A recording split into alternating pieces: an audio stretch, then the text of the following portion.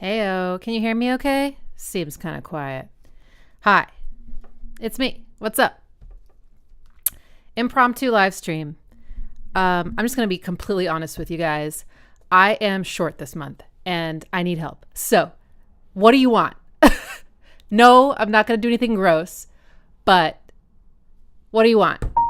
I will analyze music. I will do something I haven't thought of before. I will tell you, I will answer questions. I will play things. I will figure stuff out on the spot. I will choreograph an interpretive dance. I will... Where's my water? I'll drink water for you. I'll do ASMR. Sorry. Hey, what's up? Hey, John. Welcome, welcome. Why does it sound so quiet? Doesn't it sound quiet? Yeah, make myself louder. This is my old mic that I thought died, but it still doesn't sound quite right.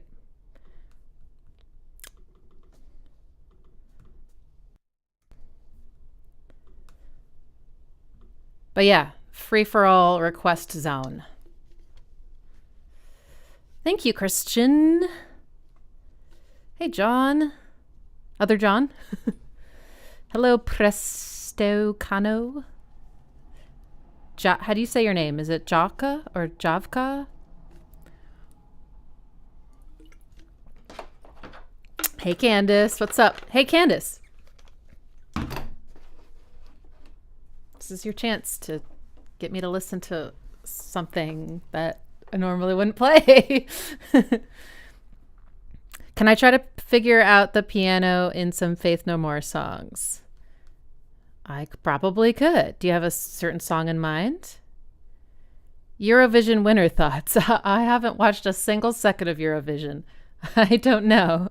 I don't know. Hey, Clores.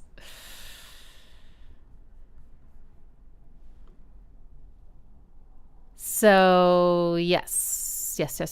Oh, let me post about this on Instagram so that people know to come. Here, I'll try to take a picture of the live stream. Oh, shit. Oh, actually, here we go. Hey, I'm live right now and you should come hang out.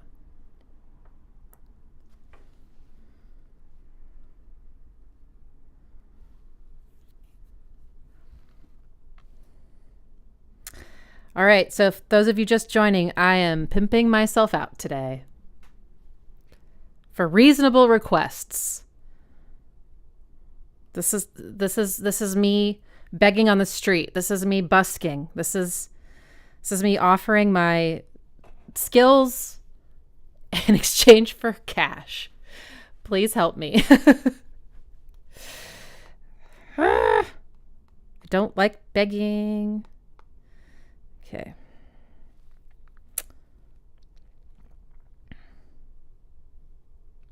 Come hang out. Come hang out. I might have to just start going live every single day.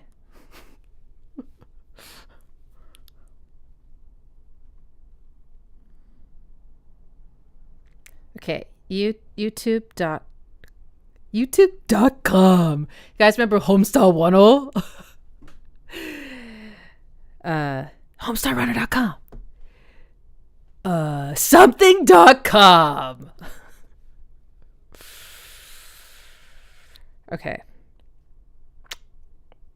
YouTube.com/c/Ixie Music. I remember the day when I was able to define my own URL on YouTube. It was a beautiful day. I don't remember the exact date, but I remember doing it. It was cool. It was really cool. Tractor! Burninating the countryside. Burninating all the people. And the thatched roof cottages! Thatched roof cottages! And the dragon comes in the night!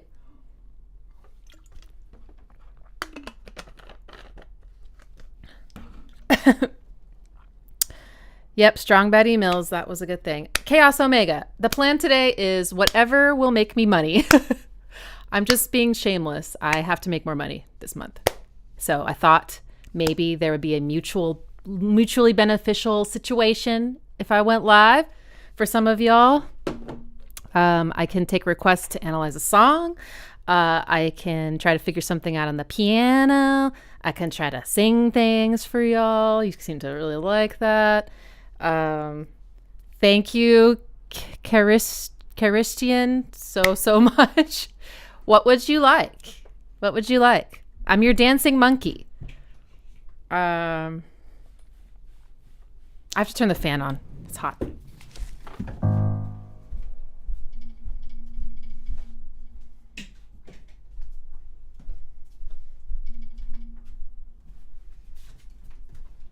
I could teach you a music theory thing.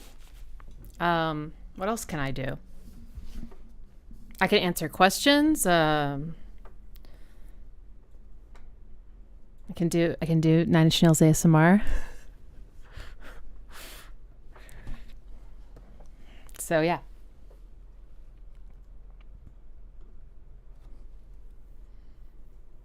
Chaos, I feel you. It's okay. It's just capitalism. Sucks ass. Okay. Oh my God, John.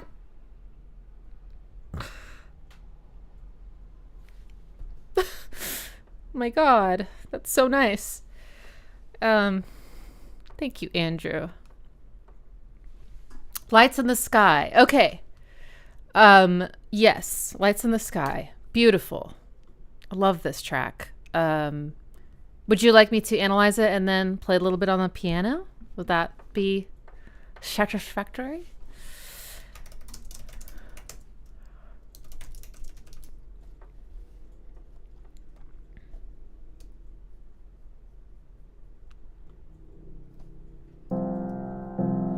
She's mostly gone. So sad.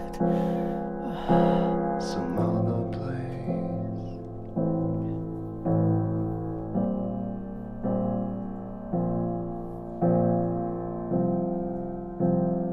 I'm getting by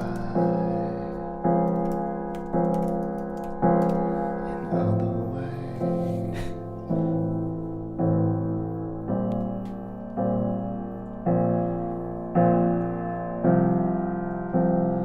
Everything they whispered in our ear is coming true.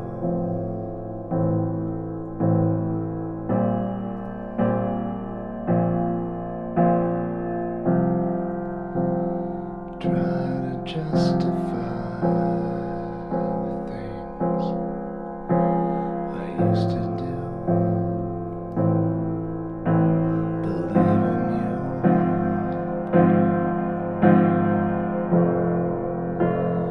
Watching you drown, I follow you down. I am here right beside you. The lights in the sky have finally arrived. I am staying right beside you. I'm trying to stay away, just in case.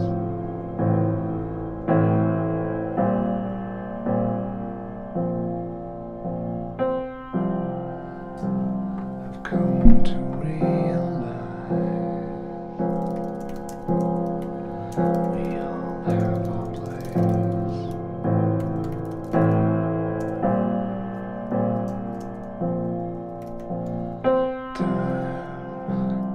Time has a way, to make it clear.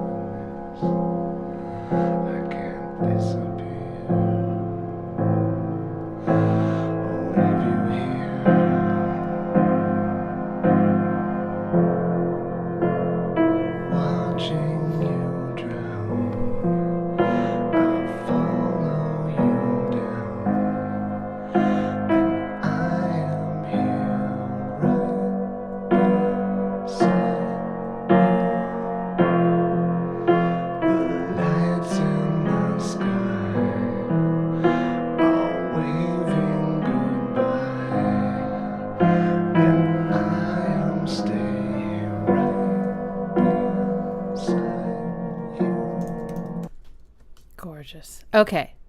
So I forgot to make an announcement. We're going to be playing some music today, and you may not like all the music we play. And if you don't, that's totally fine. But we have to be civil, and we have to respect that we all like different kinds of music. So if you're going to be complaining in the chat about music you don't like, I got a moderator. Sorry, we don't want the chat to bring things down. We want the chat to inspire and feel like we can connect with each other. Okay? That's the only rule. Be nice. All right?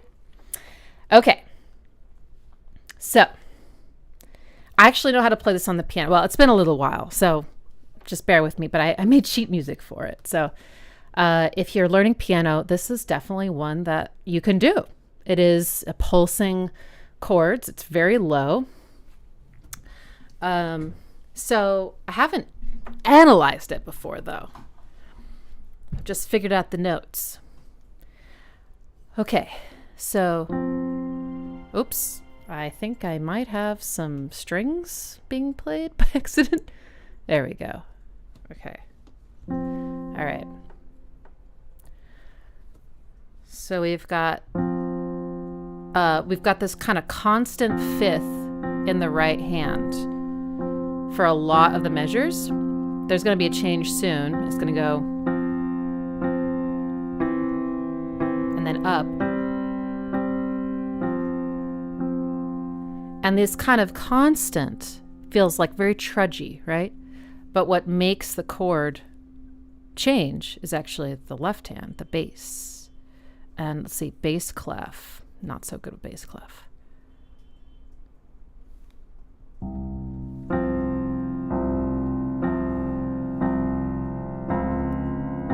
That's my favorite one right there.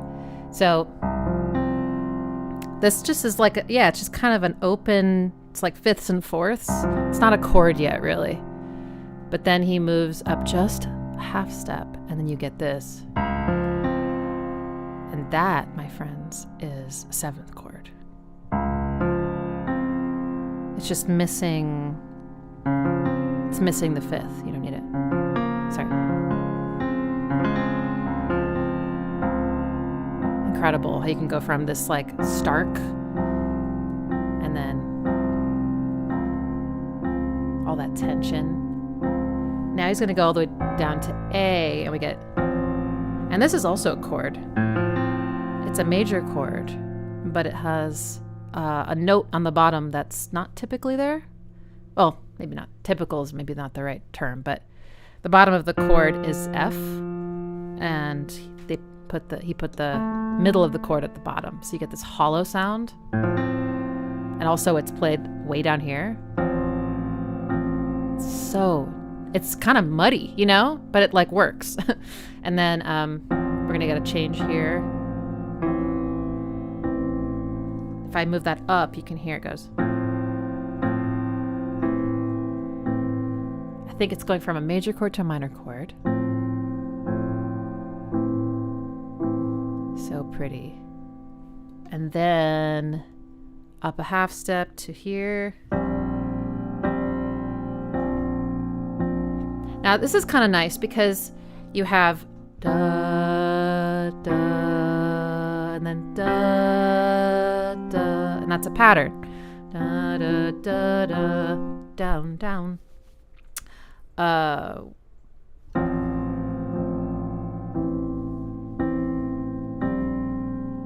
This is also tension, which is, that's tense too. All of it's tense, but it sounds like there's a clearing. I think what makes this sound so sad is more so what range it's played in. Let's experiment. Let's play it up here. Way, way up here. No, too high. Let's play it down here.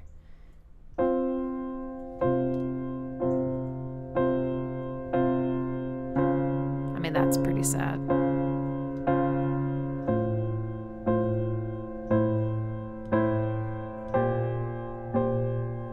If I collapse it even more.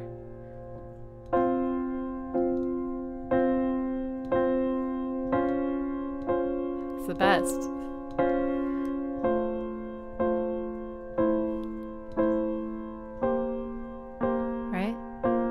almost sounds uplifting in that range. So I think the fact that it's so muddy and so low, and then of course what he's singing. She's mostly gone. Let me get the lyrics right. And then we'll get to the chorus. So I can't sing down there, so. She's mostly gone. Oh, hear that? She's mostly gone. Wow, what is that? It's so pretty. Gone. It just feels tense. Gone. Some other place. Doesn't that almost feel like the great below? Some other place. And then nothing here, right? I'm getting by in other ways.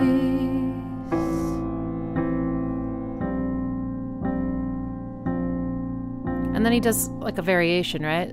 Everything they whispered in our ear is coming true. And then, oh, at the very end here, try to justify things I used to do. Now it's going to go minor. I believe in you. So he had this major moment. I used to do. I believe in you. Do do do. Do do do. It's really heavy, that contrast. Okay, now the chorus. He does a lot of Trenty things here. He has a lot of octave, sort of sparse placements of things. Okay, so the bass now is going to be doubled all the way down at F. Okay, and we've got this.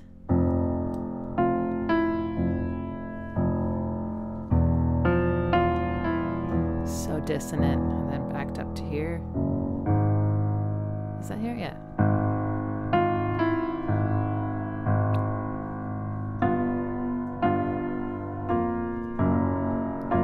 Okay, so let's look at these chords. So we got, finally we reach, so this is in the key of F something. And he hasn't played an F in the bass yet. He's sort of been avoiding it. He's been going. But not F. So you haven't felt that sense of landing. But now the chorus, he does it.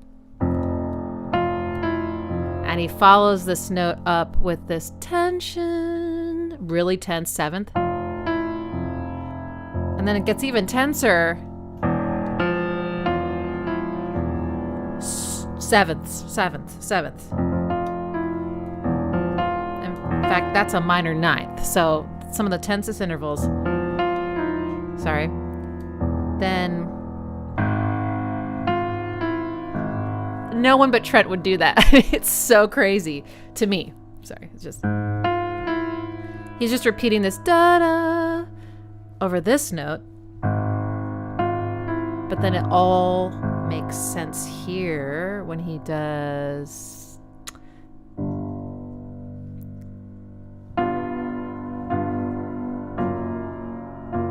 Let's look at those chords. So this is a dominant seventh chord, which has a lot of unresolved tension in it. It has this tritone, which wants to become a fifth, really. And it does right here. This adjacent movement that creates what feels like relief, but it's also got tension in it. Like all of these chords have some sort of harmonic tension in them. And this, you can really feel it wanting to go back home, like this. Oh, it sounds like Pyramid Song. Yeah. So nice. And then it starts over. And then it goes, okay.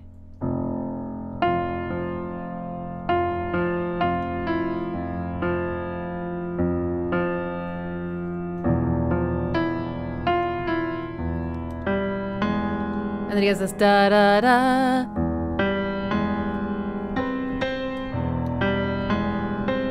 That's so romantic sounding, I feel like. And then back here.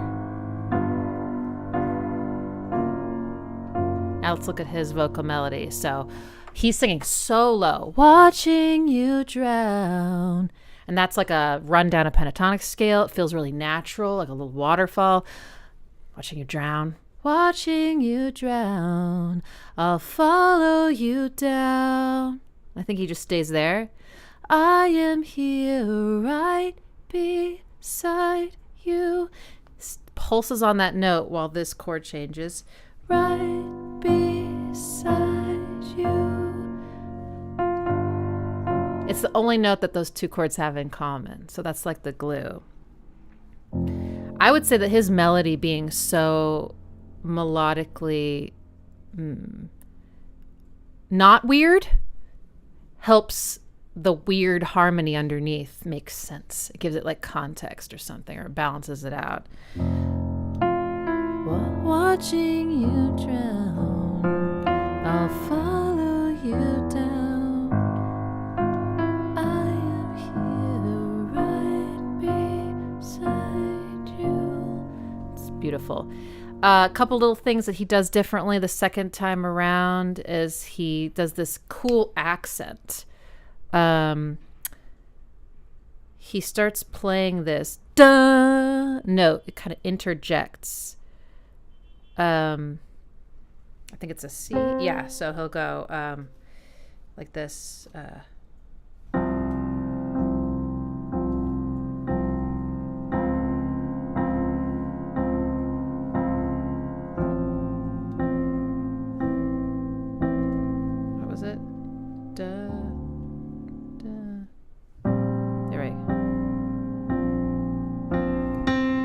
This. Sometimes it's octaves. I just love that. Okay, I'll play the rest of the song. Sorry. Ooh, that was pretty. Wrong, though.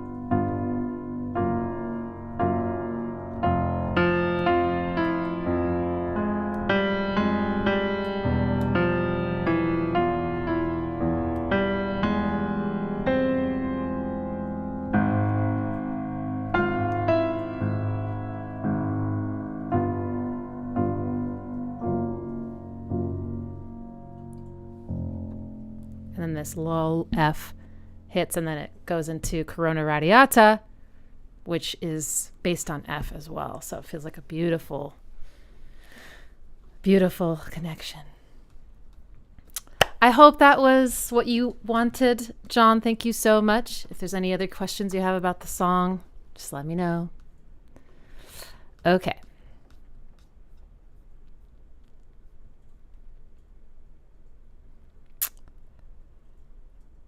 Yay. Andrew, Faith No More, smaller and smaller. I'm getting smaller and smaller and smaller. I don't know what to do. Okay. Every time I hear Faith No More, I just love it.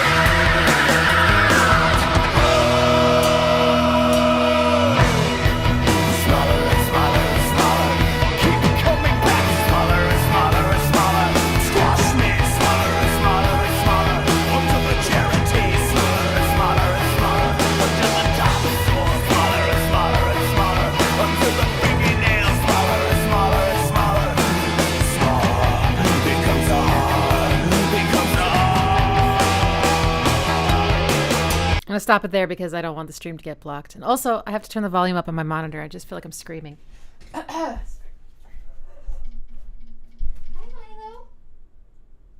Hi, my sweet little baby. Ah,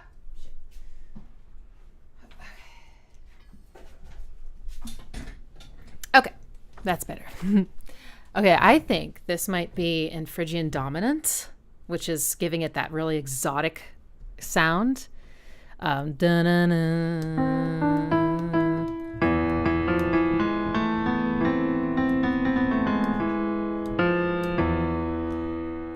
was this da da da da, and there's that major third sound.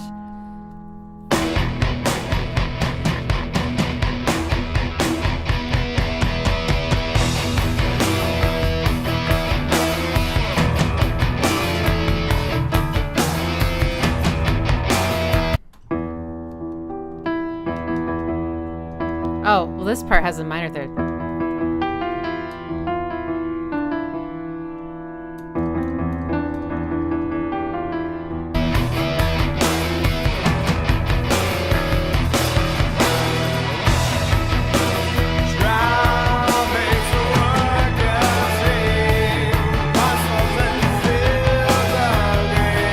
That's so okay. Na, na, na, da, da, da. That little move that gives us that exotic flavor. Because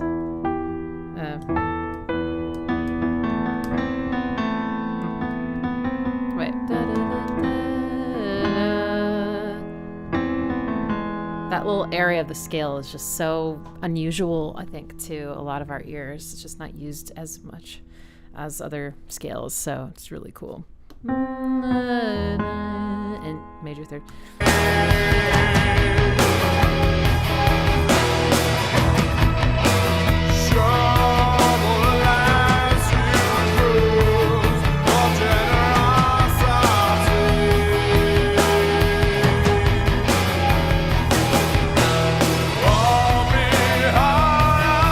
Okay, wait a second. Double harmonic minor. I changed my mind. Da da da da.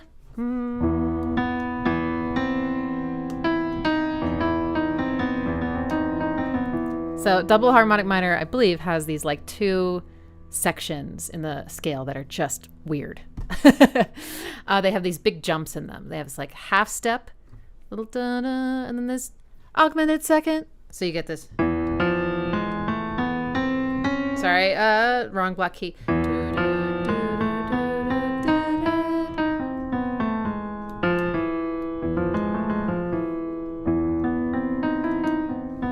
So cool. And if you did listen parallel.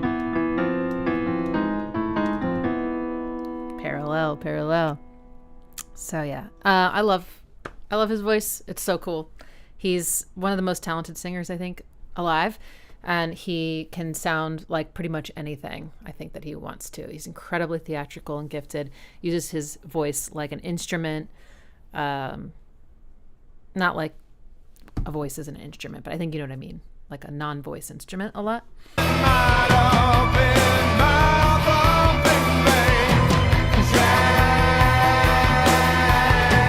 You hear that? So there's a vocal harmony on that word, whatever that is, to really like accent it. Na, da, or there's some third above it, which sounds also very like strange in this scale.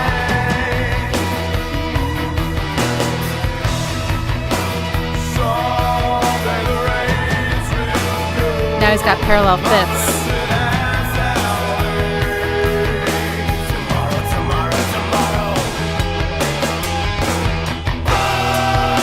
That was cool.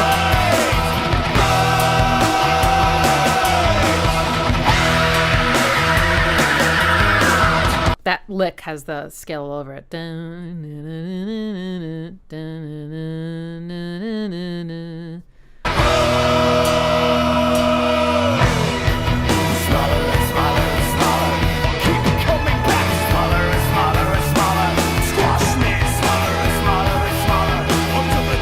Okay, this is interesting. The smaller and smaller and smaller is sounds like polyrhythmic to me or whatever. It does. It has a smaller and smaller and smaller and smaller and smaller and smaller and smaller, like it's in 3 or something against a 2. I'm not sure, but what's really interesting to me is that that's exactly what Trent does in Getting Smaller. I'm getting smaller and smaller and smaller. So I think, because now that I've been starting to write songs too, I'll like pick up like a fragment of something I've heard before, and like the sound of the words is also attached to the rhythm. So like the lyrics I write will sort of rhyme with the thing of the song that inspired me. Anyway, so it's possible that he heard this and it got like lodged in his brain, and then when he was writing the song, it just made sense to him to go smaller and smaller and smaller. Or maybe it's a purposeful homage. I don't know.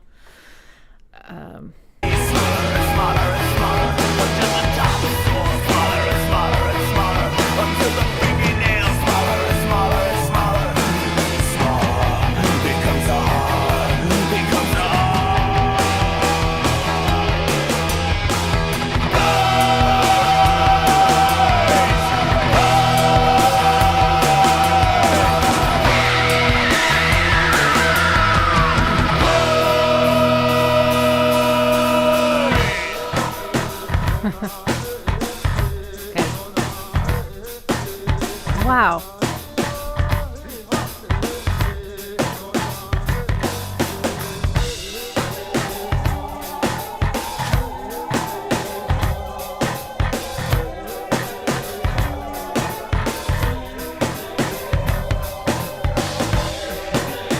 This section swings. And we've got kind of a different chord progression.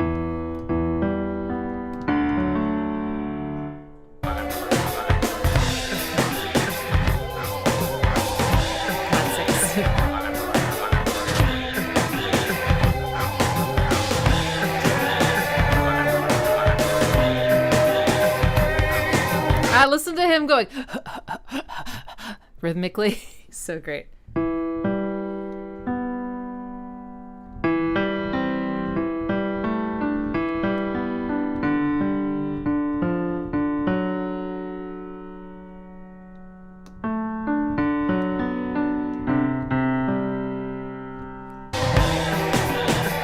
Sorry, it's like out of tune with my piano.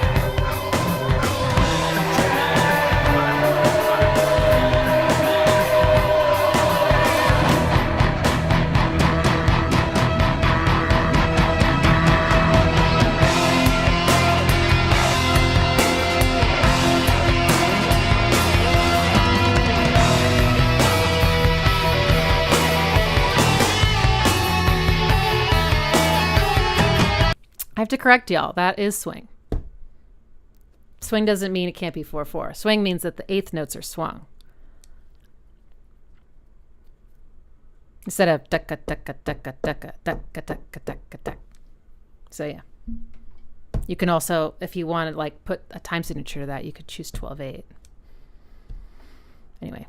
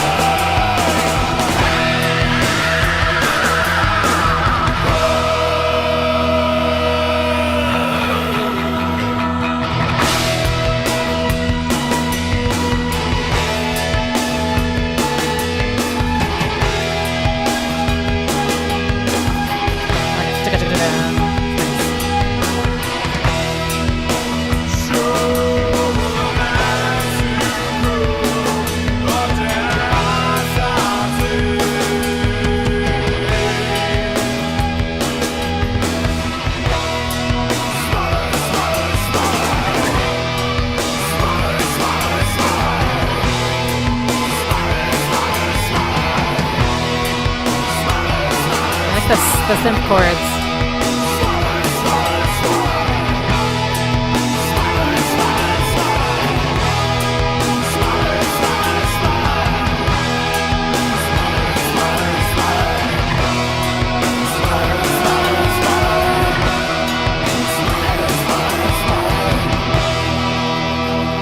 Yes, Jesse, I think it was. Awesome. Yep, I definitely need to listen to more Faith No More. Good suggestion. Thank you, Andrew. Okay. All right, our next request was To Forgive, Smashing Pumpkins.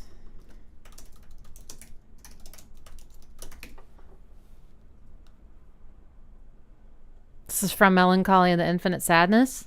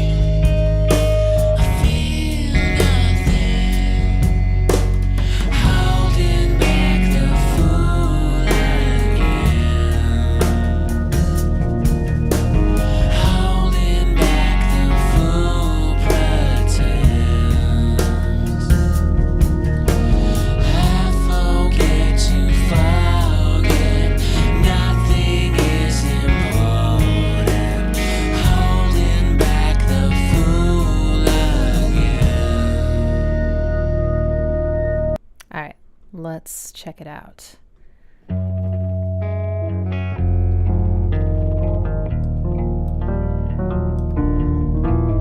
Sorry, it took me a while. Okay.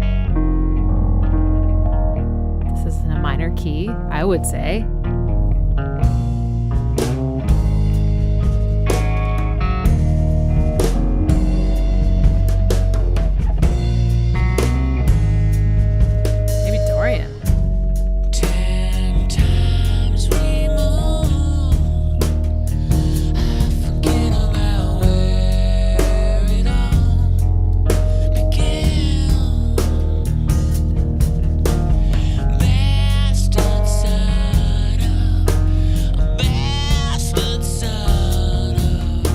Really kind of sparse chord voicings on the guitar, I feel like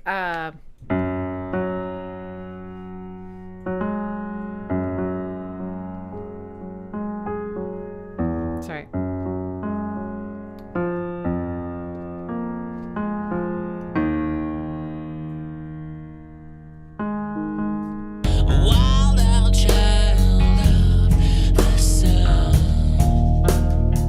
There it is. Duh.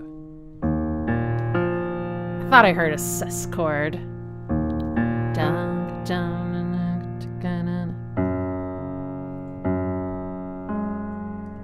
Sorry, I keep doing that.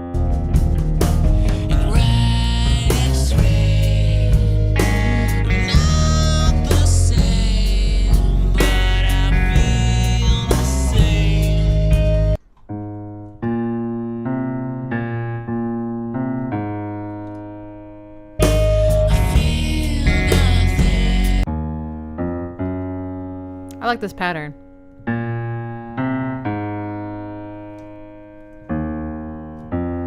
I like that rhythm too. I'm going to pay attention to his vocal melody now because I wasn't really.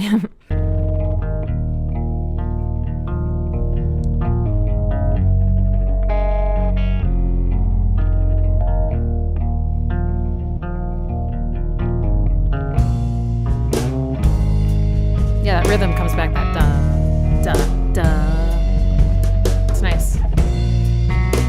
There's a lot of emphasis on the last one, I feel like. 10 times we move, I forget about where.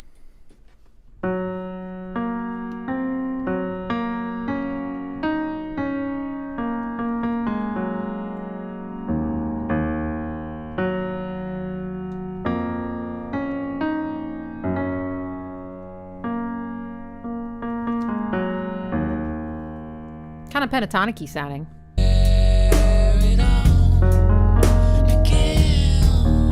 That is a Billy Corgan thing. Duh. Those notes and like that rhythm. I've heard that so many times. All artists have that. They have like their things that they just do naturally. Da, da. And like with that, like, you know, the falling of his voice. Da, ah. What is that? Okay. Da.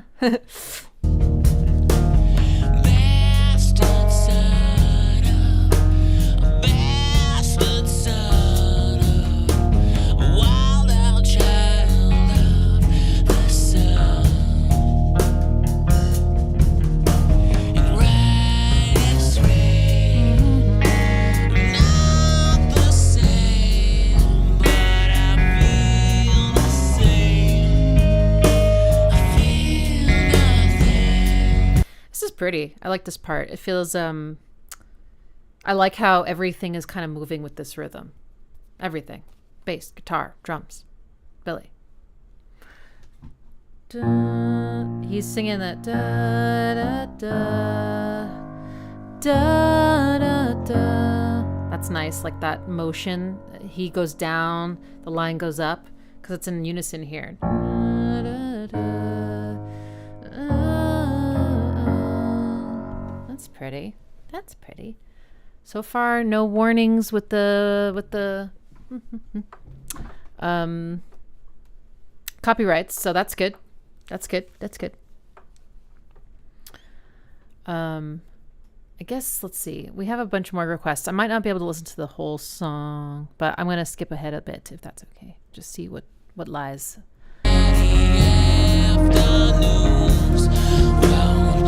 Strings.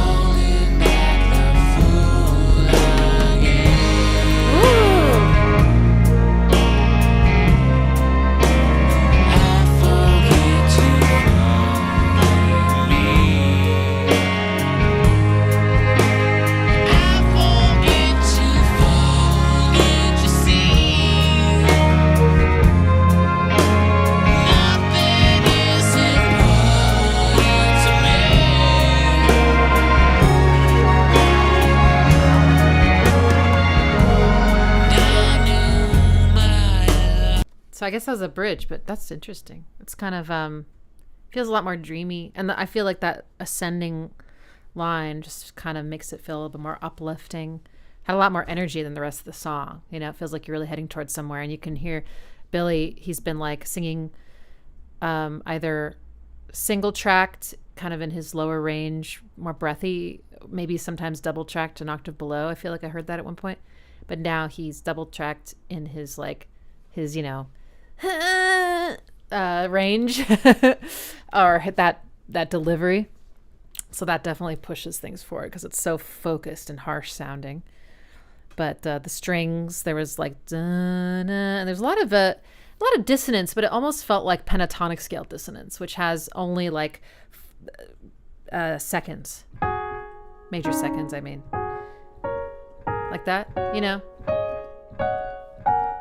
It's like very pleasing dissonance. Very, very sweet and kind of floaty. That's nice. I've never heard that one. At least I don't think I have. I had two best friends in middle school, both, whatever. And they were dating and they were really into the Smashing Pumpkins and they listened to this album a lot, but I might have missed that particular track somehow. Okay. That was your request, Beguile, right? Oh, Chaos Omega. I hope you can still eat tonight. I'll definitely do that. Okay. Let me check. Oh, that was Banu. Banu in space. We have a coffee shop called Banu, but it's not in space, unfortunately. Okay, Candace, give me your thoughts on your favorite late 90s cheese. Perhaps some bop or wannabe. Oh boy. Late 90s cheese. You know what song I really loved in probably the late 90s? Is that Spice Girls song called Naked. Do you guys remember this song?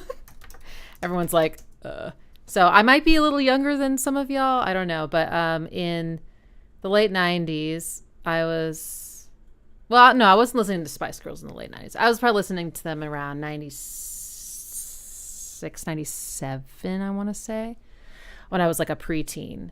But this album came out, and my friend and we definitely listened to this a lot. But this actually has cool chords. I just want to tell you, it has interesting harmony. I know you're going to not believe me until I play it. Check it out. So 90s.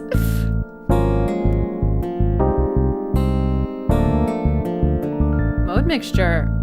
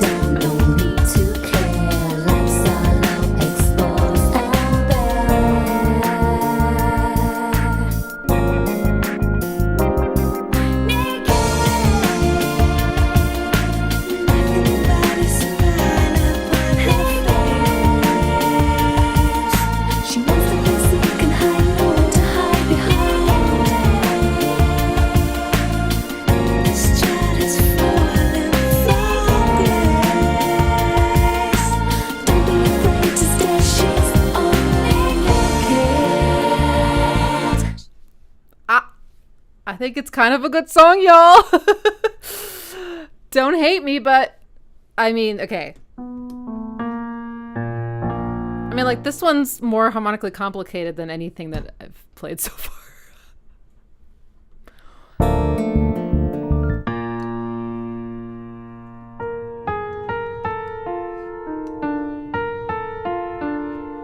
What's the bass doing there?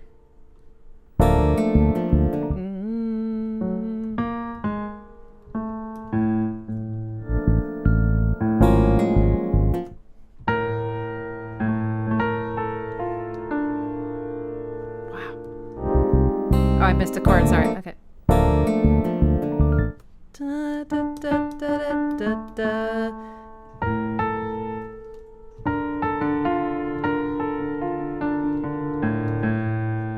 And then da da, and then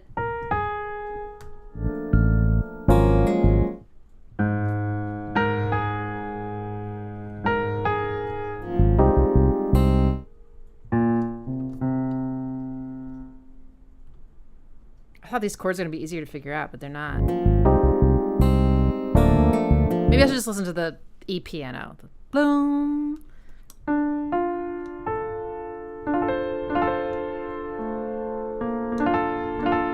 Can't tell which one it is.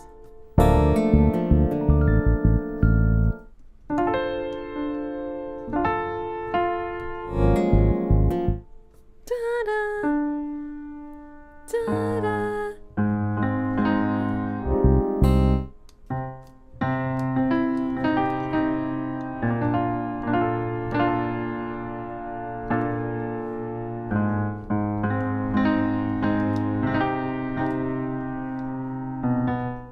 Okay, I think I'm starting to figure it out. No, shit.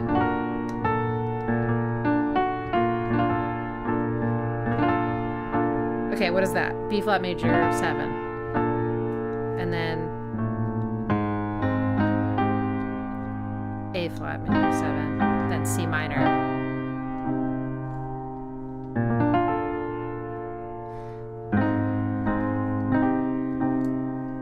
Oh, yeah, there's definitely mode mixture happening. These chords do not live together in harmony in minor or major keys. There's a mixture happening, and you could hear it in their voices because they go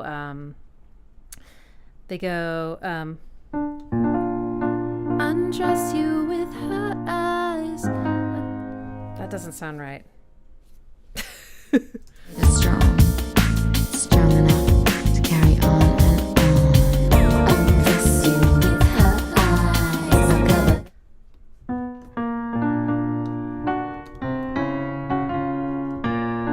Undress you with her eyes. I'll cover the truth from the lies. Strip you down, no need to care. Lights are low, exposed and bare. I don't know, but they have this this child is fallen from grace major thing.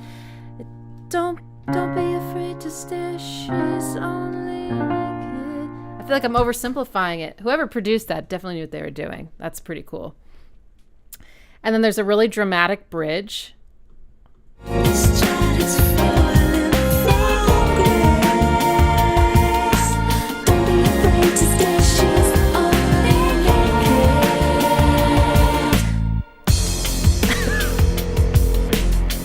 Hello? It's me. I thought you'd understand. Well, maybe I should have kept my mouth shut. I guess it ain't such a pretty picture. But I'd rather be hated than pitied. Maybe I should have left it to your Oh, imagination. ready for the... Okay. I just want to be me. This angel's daddy face is so holding on to what he had before. The strings. Not sharing secrets with any old fool. Now she's gonna keep it cool. She wants to get naked. She wants to get naked. I mean, this is probably the most like R&B thing that they ever did, right? I mean, it's got that written all over it. So, Candace. Okay. Joshua, Shudder to think, hit liquor. Okay. Oh no, I just got hungry. That means you might not want to request anymore because I might not be able to get to it before I have to eat. Okay, I don't think I know this. Let's check it out. Asleep.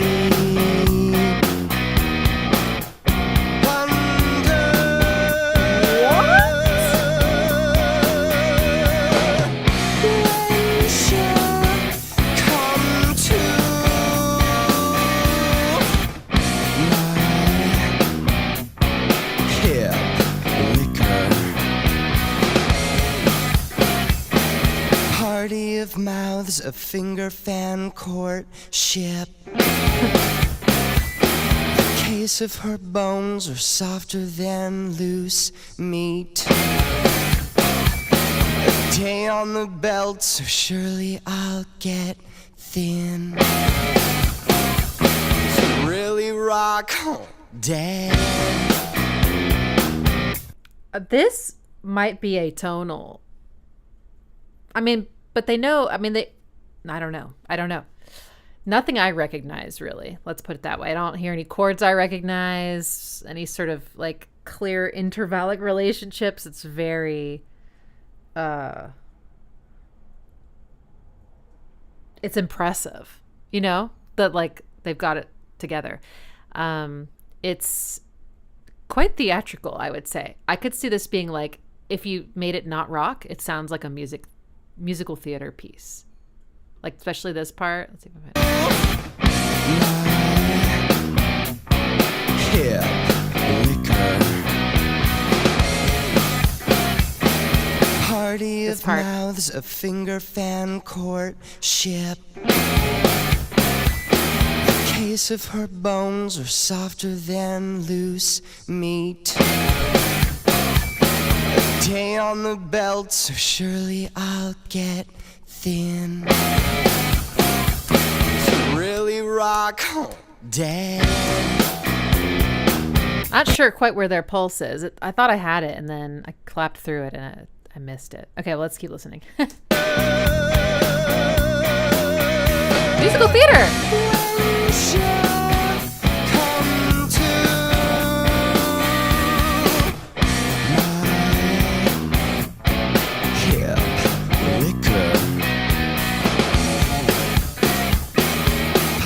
Of mouths, a finger fan court. That's super chromatic, and that also sounds like musical theater to me for some reason. Da da da da da da da da. I don't know if I can try. Yep. The case of her bones are softer than loose meat. Day on the belt, so surely I'll get thin. Wanna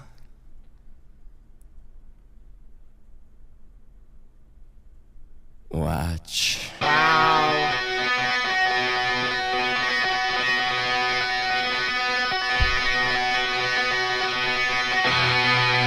So that was more, I would say, about the rhythms and the textures and the lyrics. Super creative. Feels like a reset.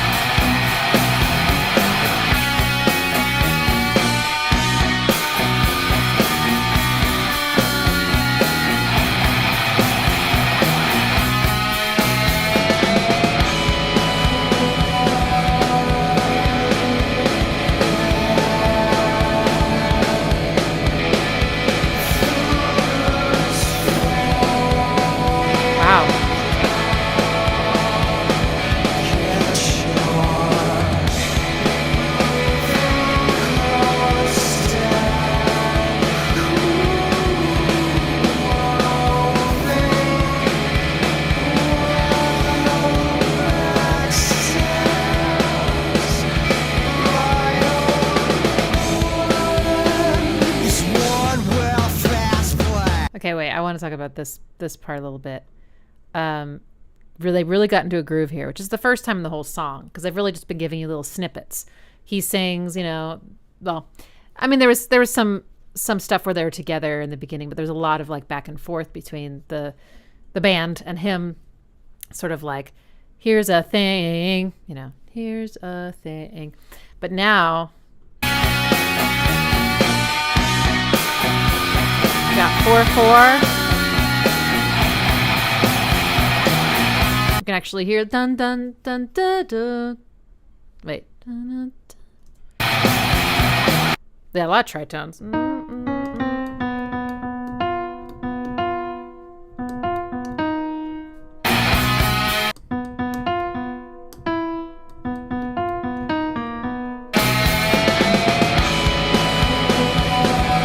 This part's so beautiful to me.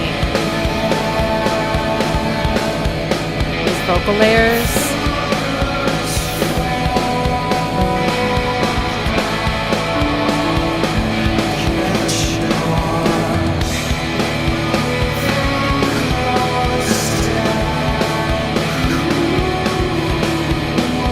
See, this has a little bit more of a tonality.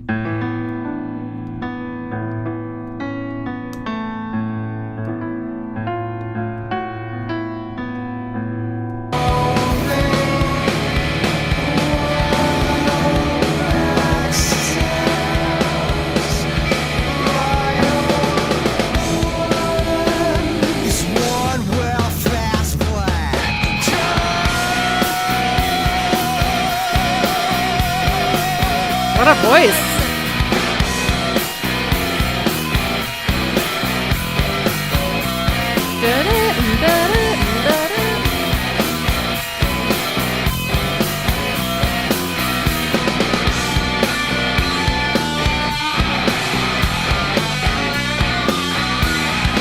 The bass line.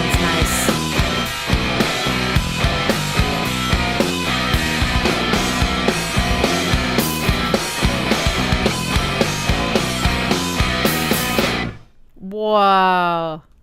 That was really interesting, but I'm a fan. That is awesome. That's some cool music. And they're clearly very talented. I love the drums. It's so interesting. It also just, I don't know, anytime a band is so clearly like doing what they want to do and not giving a crap about what people want from them is just really something to be commended, I feel. Dude. Okay. Next.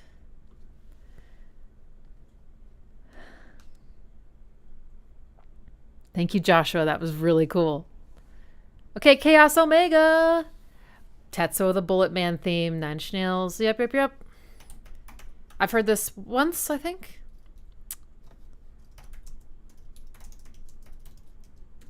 I'll make sure I can find the right thing.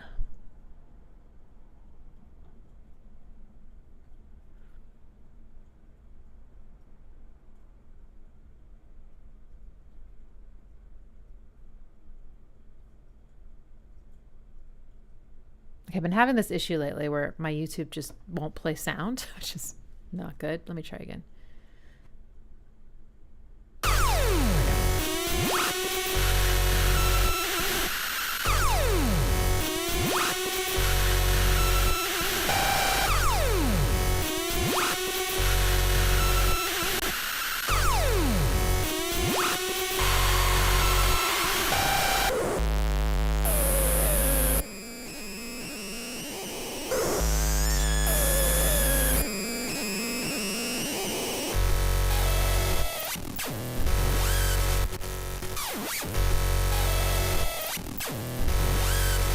Very musical use of all these sounds.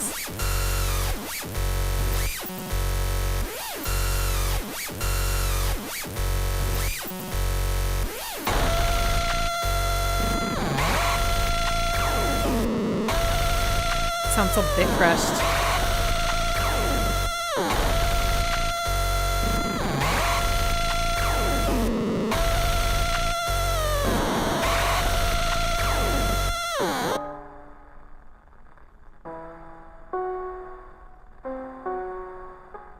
Oh yeah, I remember the theme now.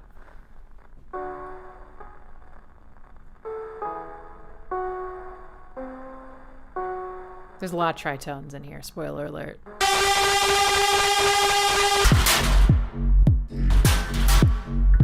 Shit, I forgot about this part. This is great.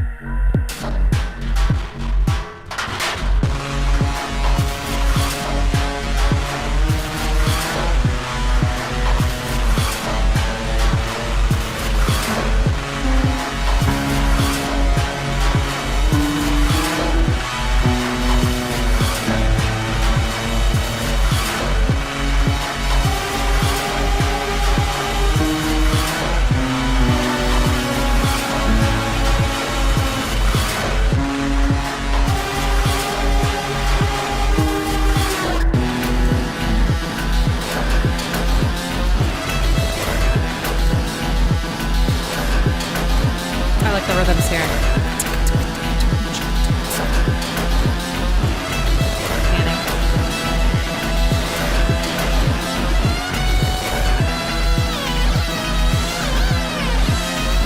I interpret these as notes.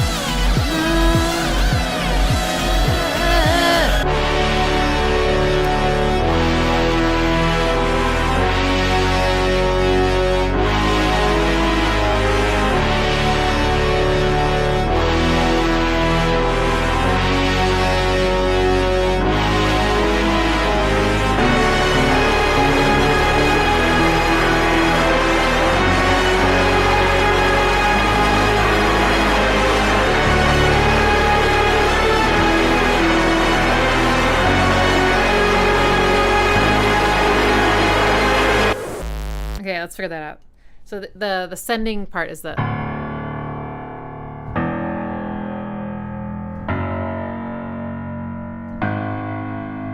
all whole steps.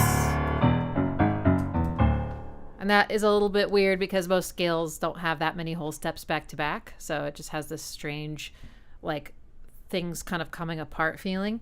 And then the melody Da, da, da. Wait. Ba.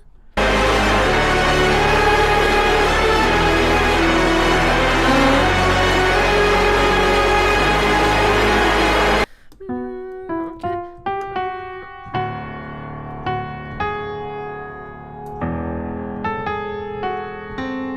Tritone.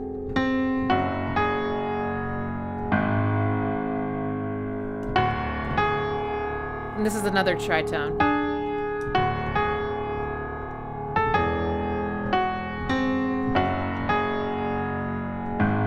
Now, why is that catchy? I think it's the repetition of the da da da da. And this is just a little ornamentation. Tritones are hard to be catchy. They can be, but they're hard to sing. They're hard to hear. They're just really weird. And I like the harmony here. I just like the way the major third or tritone sound next to each other. Either way, either direction. Or it's just something about it. It feels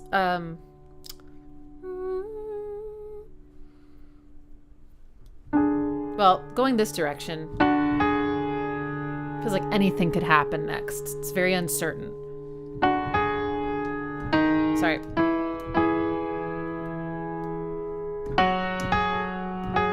And then you get this tension.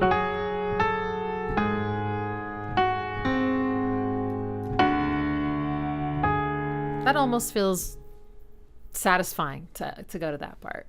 And the brass sound amazing there. I don't know if it's probably just synths, right? But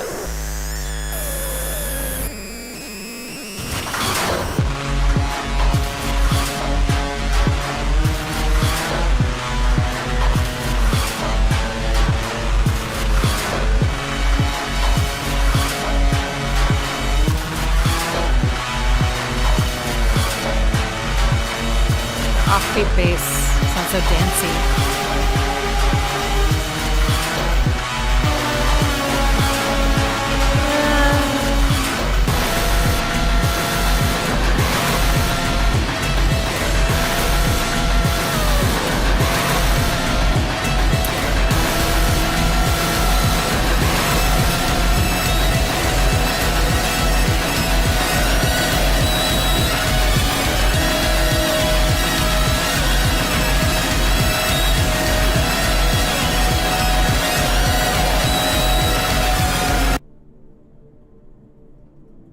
Oh, this is exciting.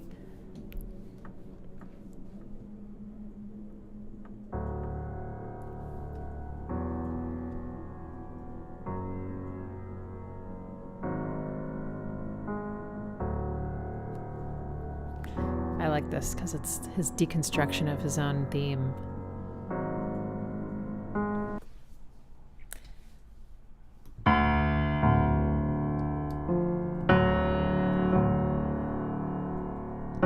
Oh, shit. My bad.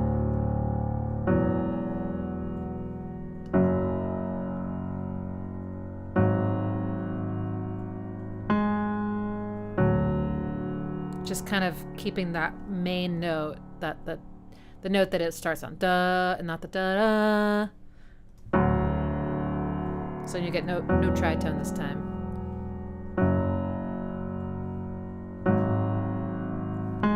But he does throw that one note in at the end.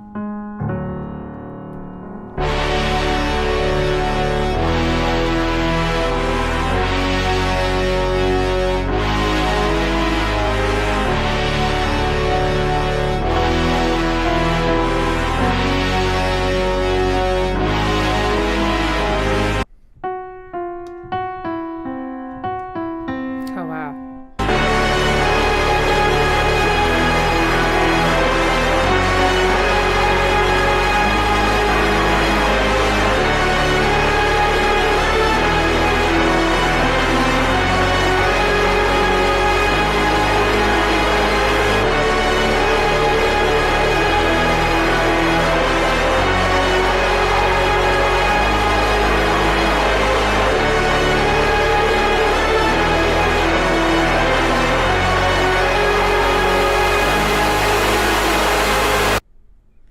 Yeah, that's epic. I love the brass.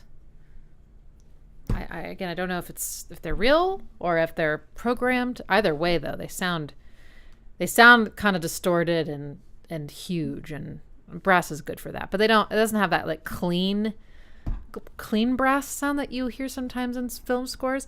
Speaking of, I wanted to make a video today. I probably still have time about a film score moment that is stuck in my head forever, and it's brass, but it's cool. It's so cool. I'm curious if anybody has any ideas. It's 2 chords. Okay. Thank you, Chaos Omega. I appreciate it. Okay, Yash requested. Oh, you just wanted to say thank you. Oh, thank you so much. I really, really appreciate it. Okay, and the Great Snoozer, thank you. I love your name. And Valdemar, following your channel for a long time now. Thank you. It's always fun. Oh, thank you. I'm so glad. We have a pretty cool community here. Christopher, you'd be interested in hearing analysis of face pollution by Soundgarden. Awesome. Since middle school, I've had a vague notion of how the rhythm works. Okay. Face pollution. I wonder if I know this one. I might not.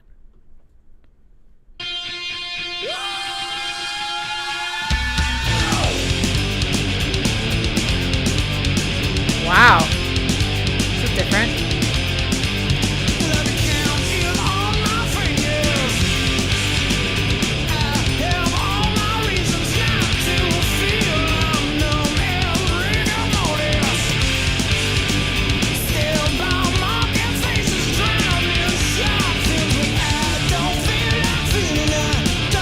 Ah.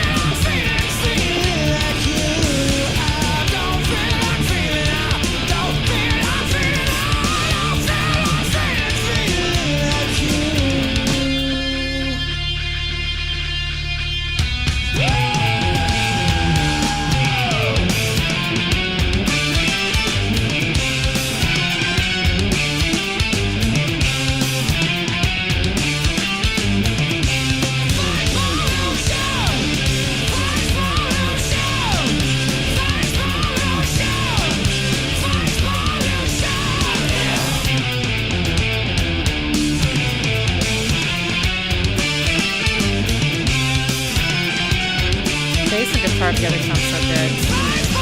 Like playing the same thing.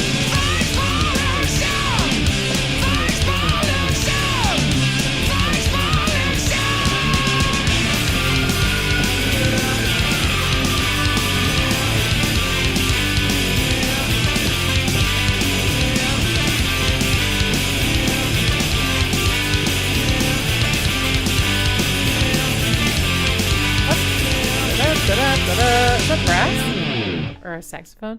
I've never heard that before. That sounds really different from the Soundgarden I know. That's a toy song.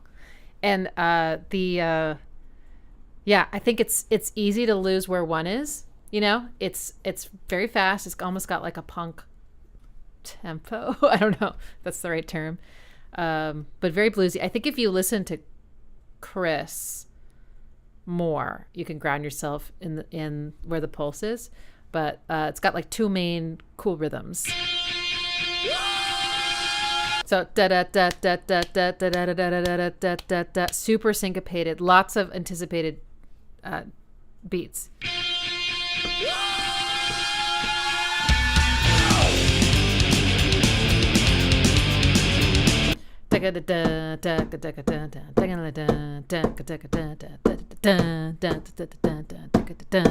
That like that's such a huge accent, but it's early.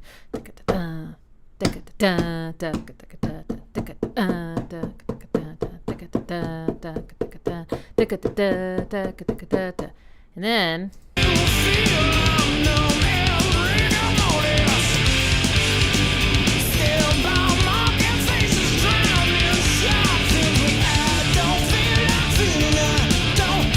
I love this.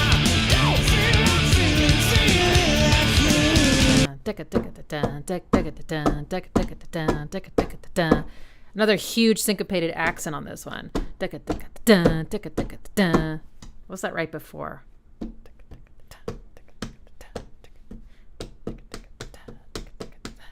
It's right before beat one. And then they really play with that though with the drums. They get, everything feels because I think the snare is waiting until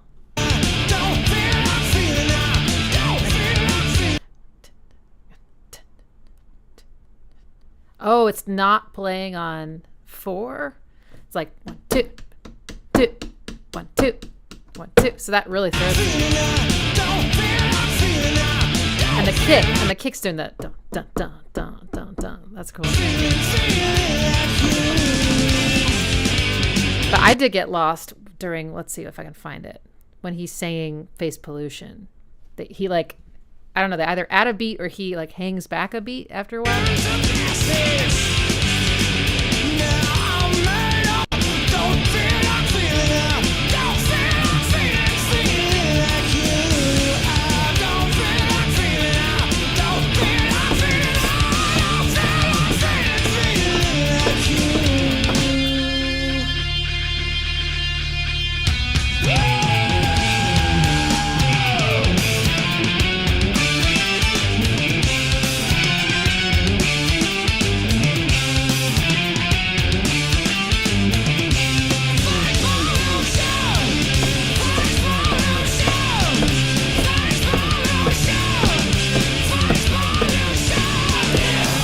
Wow. Okay, so the band stays in 4/4, but Chris, that's pretty cool. He sings face pollution, face pollution. Actually, let me see what he did. He's waiting. He's like inserting some time before he sings the next one and the next one and the next one.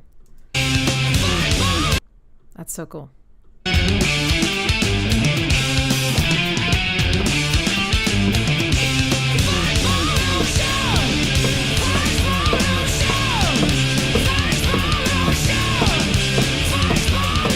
Okay, face pollution, face pollution, face pollution, face pollution.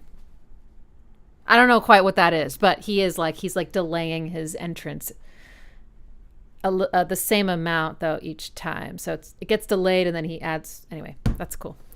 Yeah, there's a lot of cool rhythmic things going on there. That's great. Neat. Okay. Next, SLC 133. Wow, thank you thank you so much. Music suggestion: Half Waif Nest. She makes great melancholy experimental pop. Awesome. Half Waif Nest. Okay.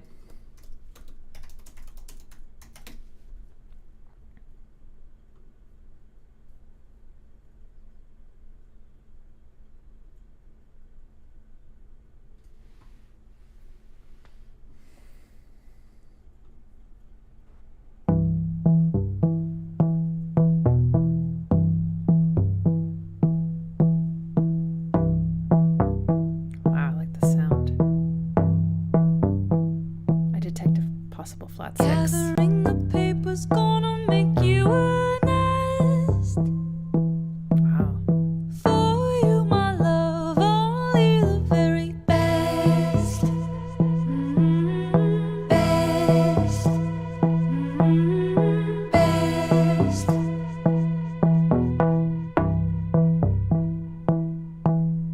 Quiet the machines, I'm gonna give you a rest. For you, my love, only the very best. Best. Best.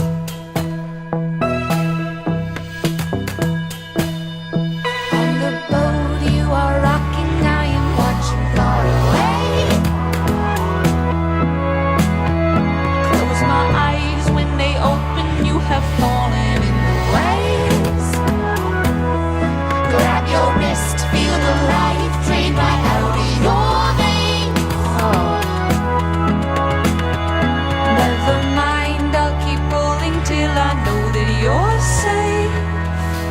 This is so cool. I love this. I love the production. Songwriting is super interesting. This sound, this like first sound reminds me, just the tone of it reminds me of like, remember that song? I think it was Desiree, You Gotta Be, from the 90s. But like, it sounds more modern and like better sonically, but it kind of reminds me of that tone, which I always found so pleasing. It's very intimate sounding though in this one. Dun, dun.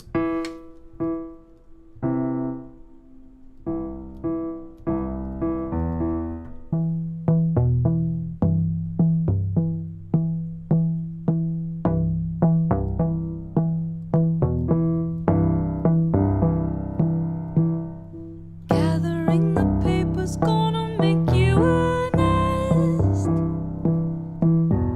For you, my love, only the very best. Okay, and then it goes major there. Okay, so this is cool. So this kind of sounds like everything's in E minor up until this part. She's doing a... Sorry.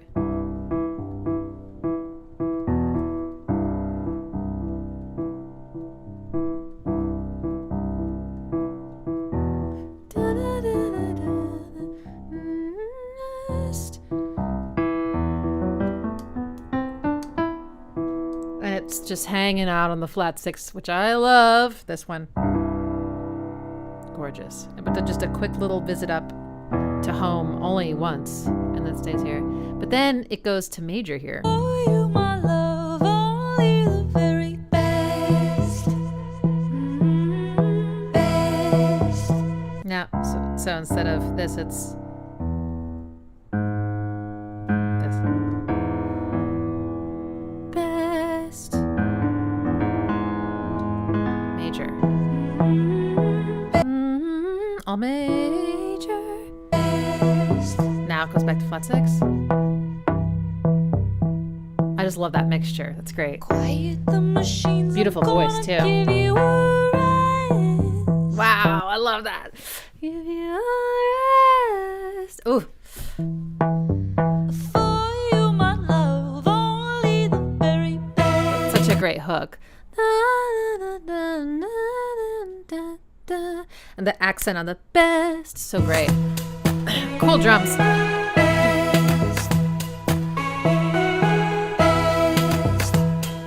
And then her voice turns into an alien here. With the harmonies. On the boat you are rocking, I am watching far away. Close my eyes, when they open, you have fallen in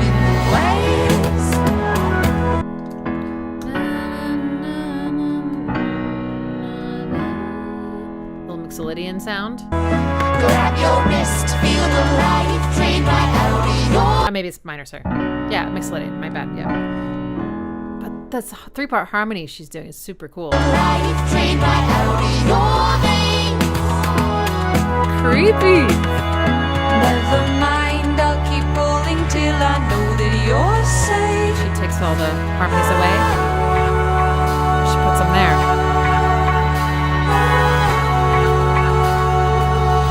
Till I know that you're safe. Heck yes.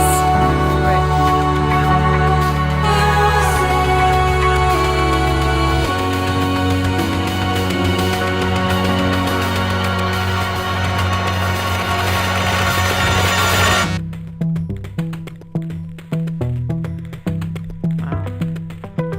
Ooh.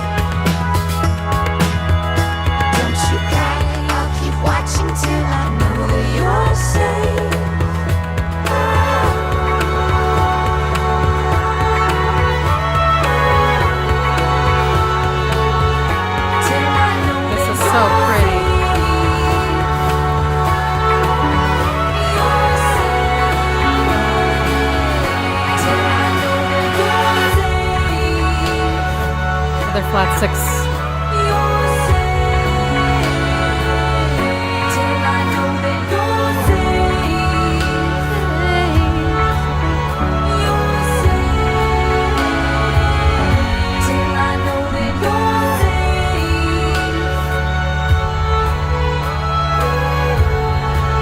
Really halftime drums. Strings.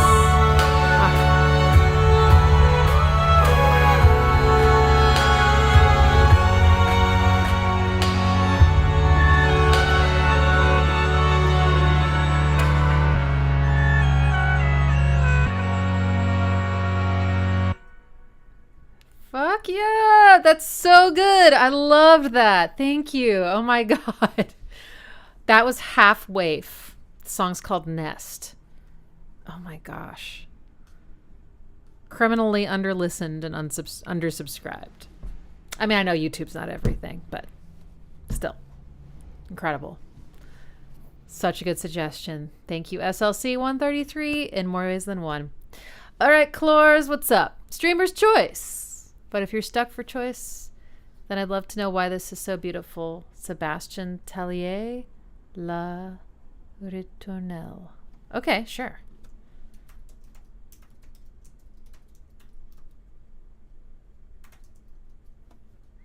Why is it? Oops, shit. Why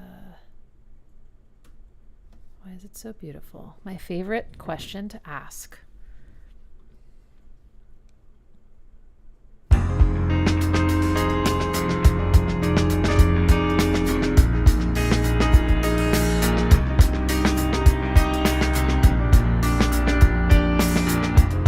Wow. Is anybody else hearing Reckoner?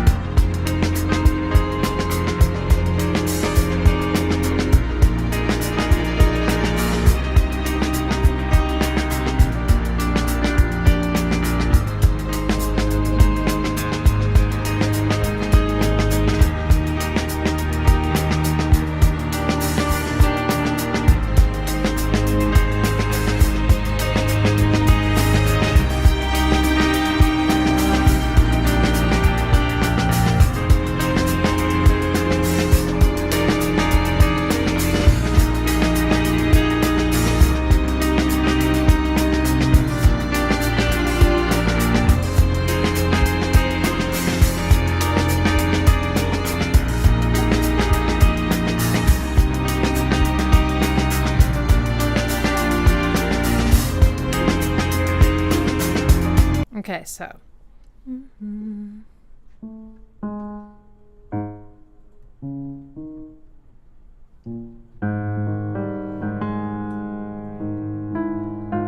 Okay, so.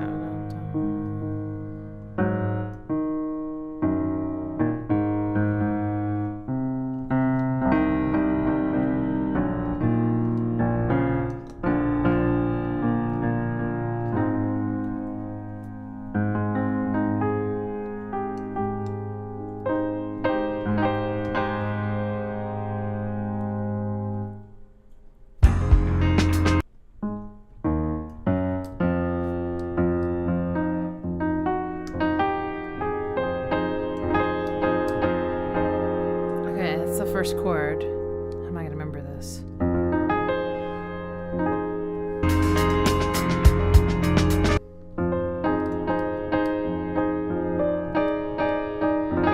Okay. The chords themselves are just really gorgeous, for one. Like, to my ear, it sounds like this major chord over this tense note. But it's also probably some, like, jazz chord with extensions. Seventh. Third. Oh, maybe it's just a seventh chord. But yeah, the voicing of this makes it particularly beautiful. And then having that high note reach up a little higher. And I think there's now a tritone. Yep. And also a major 7th. So there's just this like heartbreaking tension, I think. And then it releases.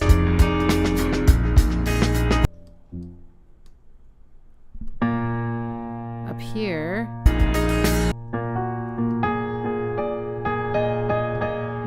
I think. Sorry.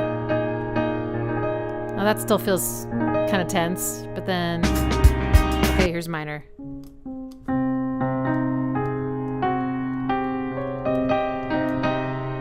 Finally, we get home.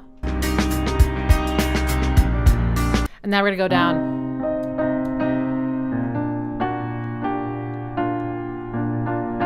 To flat 7.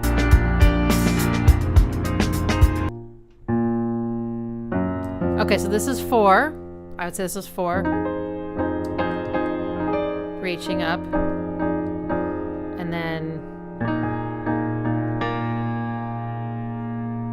that is flat 7, right? To home. Sorry. And then heads back down to minor 4. Minor 4 chord is definitely related to the flat 6 chord. They're kind of you can a little bit swap them in and out. They're different, but they have a lot of notes in common. So sometimes they can embody that similar feeling. So I was getting that like, oh, flat 6, but sadder. Yes. So pretty. And I think the descending part always feels, there's definitely like a feeling of reaching up just by the physics of it. It is going up and up and up and up. Right? Reaching. And then this. Sorry. It feels like maybe you're going to land somewhere that feels really warm, but instead you end up in this minor place, and then it goes down. And then it starts over again. So I think there's just this beautiful like rise and fall, and then just, really gorgeous chord voicings with really nice like voice leading. It's really pretty. Wow. So nice. We're not going to listen to the whole thing just because of time constraints, but I hope that gotcha. Okay, Tricky, Feed Me. Oh, cool. Someone asked me where this money's going. To pay my bills so I can pay my rent and eat. That's where it's going. Sorry.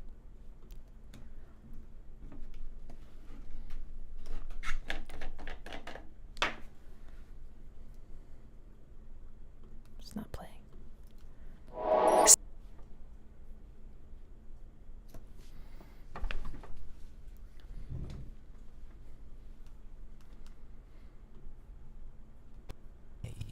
There it is.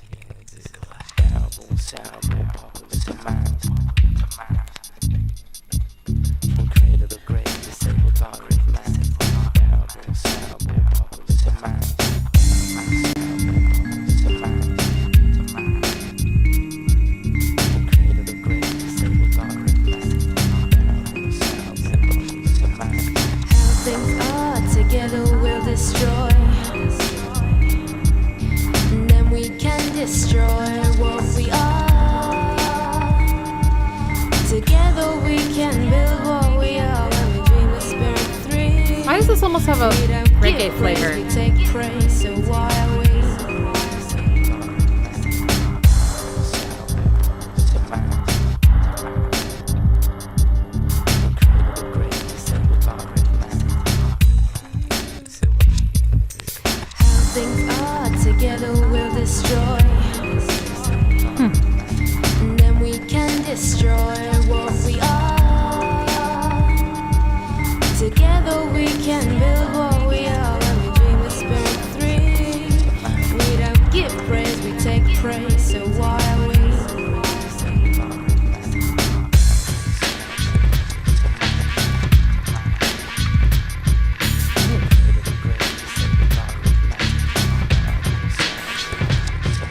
Feed me when I'm hungry.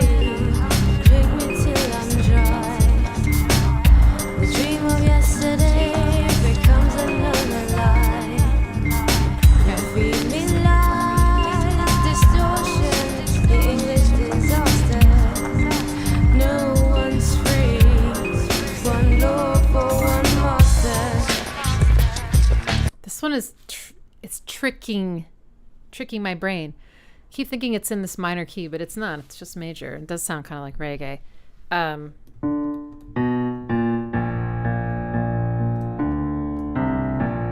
That's the bass line. And then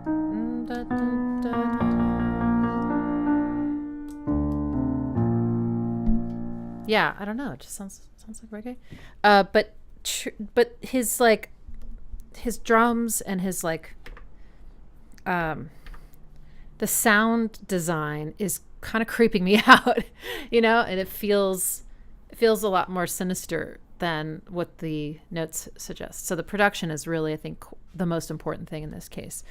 I like the sort of hesitation on the snare. It sort of waits until the last, I think, till beat 4 to come in. Well, not there, but here. Then we can destroy what we are. Oh, there. That second snare is delayed. I like that. It's amazing how quickly you can make a groove sound different than what you would normally expect just by shifting one of the snares. Because there's always not always. In a typical drum beat, there'd be 2 snares and a measure, beat 2 and 4. 1, 2, 3, 4. And if you just delay or anticipate one of them, it completely throws the groove into a whole other feel. It's really great. Together we can build what we are when we dream of spirit 3. We don't give praise, we take praise, so why are we?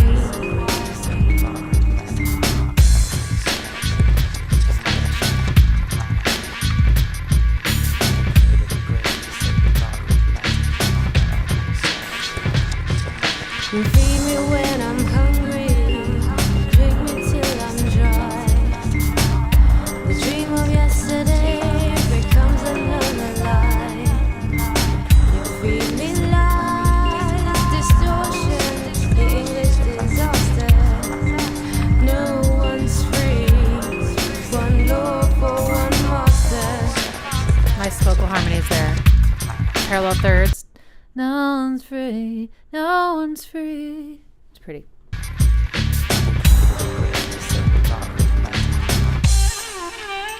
Whoa. We found a new place to live where One we're of those taught Indian to grow samples. strong and strongly sensitive, and life sets a scenery. Colors leave only beauty, words and wine amongst the greenery. See how it is, see how it is.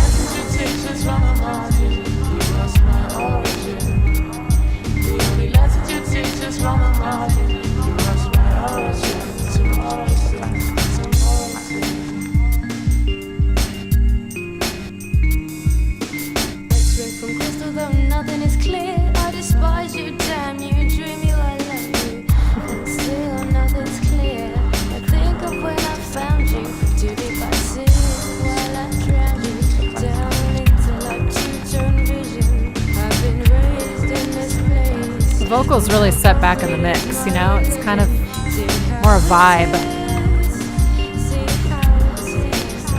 The drums and the bass are really the... And then there's this... And then there's this... Da, da, da, da, da. This kind of... I don't know what it's a sample of, but it's some kind of percussive, maybe metal instrument. Doesn't it sound kind of like wind chimes almost being hit with a mallet or something? Very heavy delay, reverb. You know, the effect on her voice, or this sample almost reminds me of the alien sound from the Half-Waif song.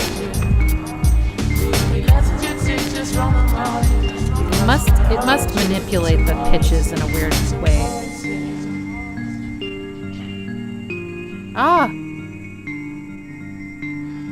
The timing of this. I mean, I think that's one of the coolest things about sample-based music is that you can take something out of its context and give it a whole new musical meaning to the song. Because like whatever that came from, the timing was totally different. And yet it it fit in a different way in this song. It was more atmospheric, but some of those hits did feel like they were rhythmically relevant, just not in the way that I would assume that they were from wherever it came from. That's really cool. Interesting. Tricky. Cool. Thank you, the great snoozer. All right. Dry Can. Stranger Things, Periphery. All right. Periphery. All I remember, I haven't listened to a lot of Periphery, but I know the drummer is amazing, right? They're probably all amazing, but.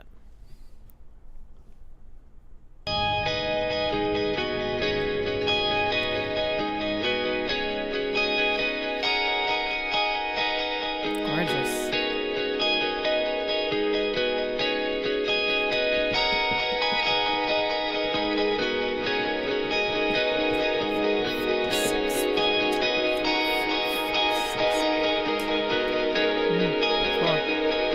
Oh, the delay is so gorgeous. Wandering below the Hattieon sail, shaking mortified, making my way back to nowhere. And this skeletal mask brings a demon of the day that never would have been light if the messenger is still alive. That regard for the son of the damage, send the mirror falling heavens, see that this man once had value among all the coated. What eccentric revisions in life but hard decay. Classics! Takes a mission from a man in control. Set the sail, blowing search for price. All this feeling consuming me. Okay, so what I'm hearing is, okay, vocals. The vocalist reminds me a lot of the vocalist from this band that I don't think ever, like, maybe got the notoriety? I don't know. The fame that maybe they deserve. But, I mean, they were a little famous. Finch. And I don't know what that style of singing is, but it's very familiar. But then he goes into his falsetto. And then he sounds like Michael Jackson for just a little bit. And then he starts kind of getting screamy. So he's clearly a very versatile vocalist. Respect. I love this really trudgy halftime groove a whole lot. I love how the bass and the guitar are in sync rhythmically, and they're doing these really interesting angular like, it feels like it's not, it's very syncopated, and there's a lot of space between those kind of groupings. It's really kind of hard to predict.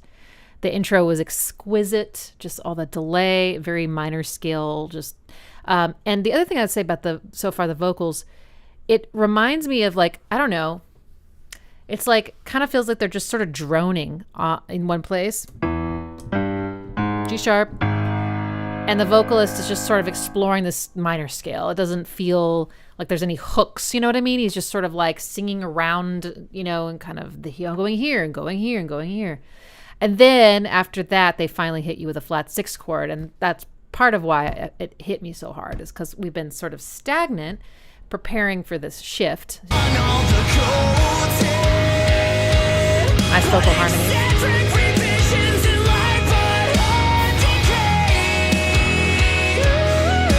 And when they do that, also he goes high. He also sings the 9th, I think. Day. So pretty. Day. Ooh. And those chords are super beautiful. Those sound like add 9s. I don't know, like clustered all together somehow.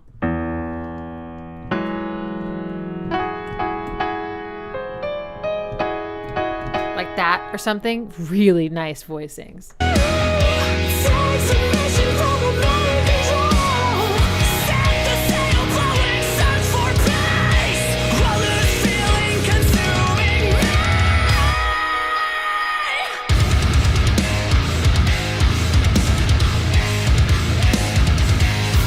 Wow.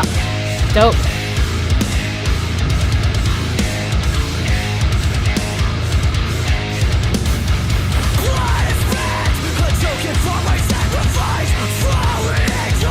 That would take a minute to learn the rhythm of.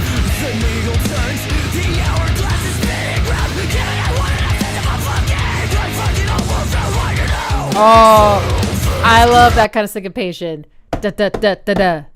Da, da, da. Okay, so it's like when you do, so there's like eighth, there's quarter note offbeats, which is basically 2 and 4. 1, 2, 3, 4. There's eighth note offbeats, 1 and then there's 16th note offbeats and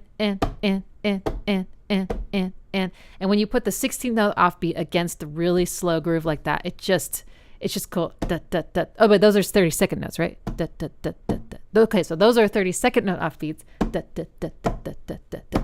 That's hard to do.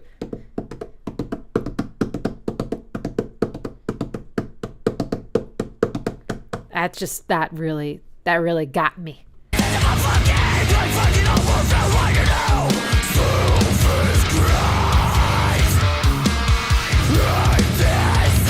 Okay, my face has been melted.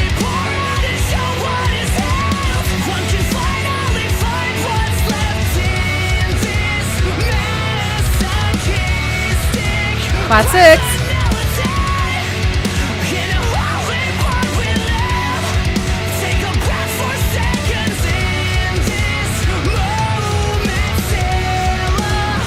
Pretty. Wow, can't belt.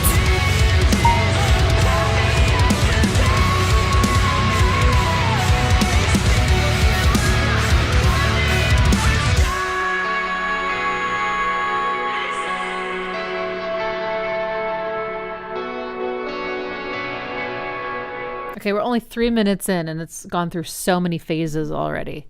I really liked that section. It had, a little bit more like hook material, I guess. Things that like I'll remember, like, the actual notes. Really beautiful. A lot of arpeggios and the guitar. Drums are great. Clean. Wow, they pan that. What's it called? A splash? All the way over here? Or no, a stack? I can never remember the names for things. Not a splash. Stack? Wow.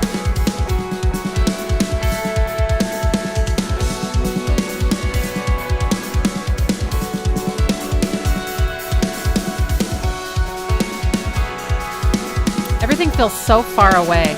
I would love a little bit more of an intimate mix. But I guess that makes it feel bigger.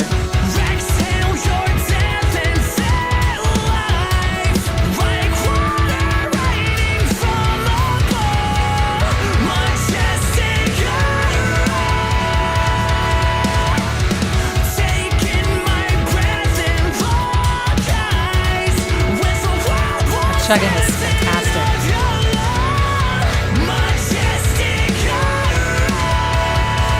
We got 3-part harmony, folks. I think it was. Oh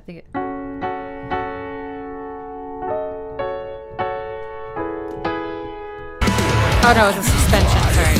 Whatever.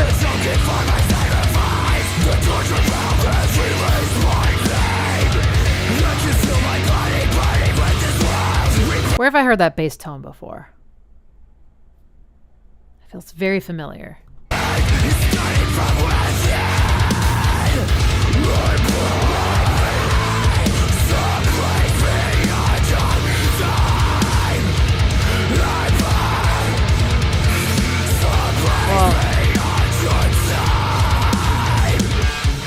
Tritone song.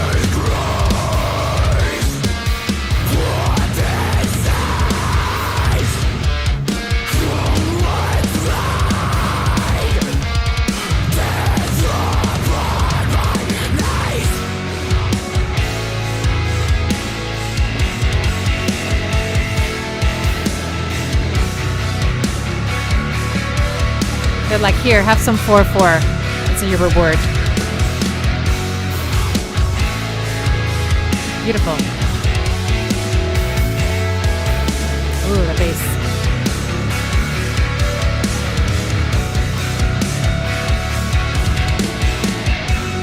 Pour out and show what is healed. One can finally find what's left inside this Song structure is unusual. personality. It's more like a journey. I mean, all songs are a journey, you know what I mean? But Breath for seconds. never go back. Well, not never, but rarely.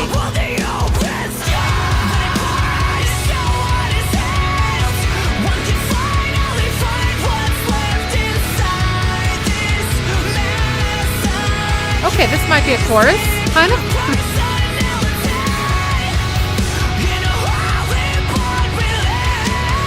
Wow.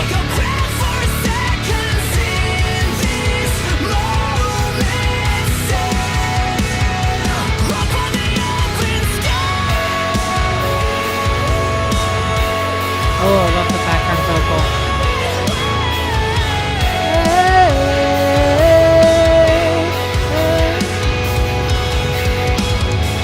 Floating up above the heady on sail. Sounds of ambient voices will lead me from nowhere. And this skeletal mask brings a demon hug to die. Flat six!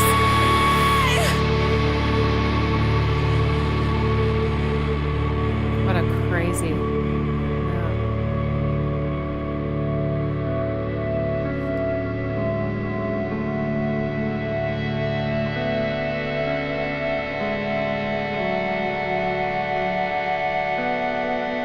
I'm going to stop it because I'm getting a warning. Thank you, YouTube, for giving me a warning. There was this one live stream. Some of y'all were there. I think it was 1993 or 1992. I think it was 1992. No, 1993. 1993. It would just block me in the middle of the stream without any warning. And I just wasn't used to that. I always get like a warning. So I know I can just like stop the music for a bit. And then it'll resolve. But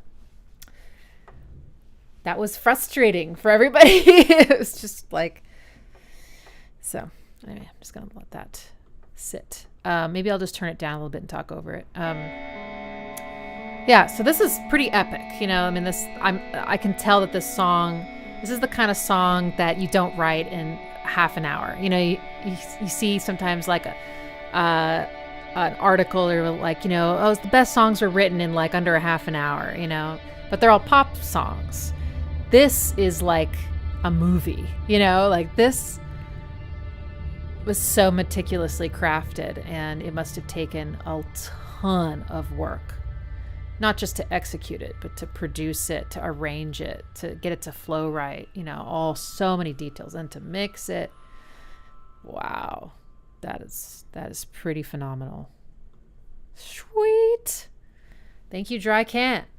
All right, Thomas. Oh yeah, I think I'm going to have to cut off requests from here. I don't know how to stop that from happening, but if you request something going forward, I don't think I'll be able to get to it because I'm going to have to eat something. Let's see, we still have, 1, 2, 3, 4 songs. Okay, I think I can handle that. Okay.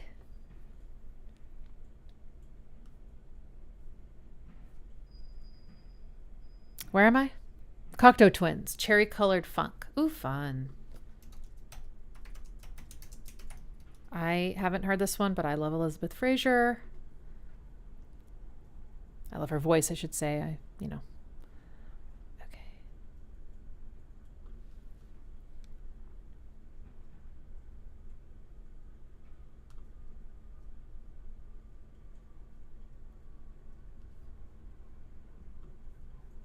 Once everything.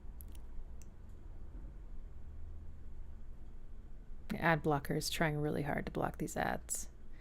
I'll just play it somewhere else.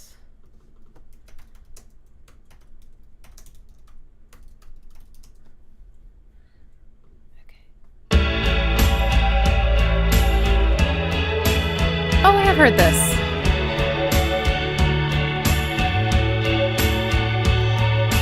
Days and days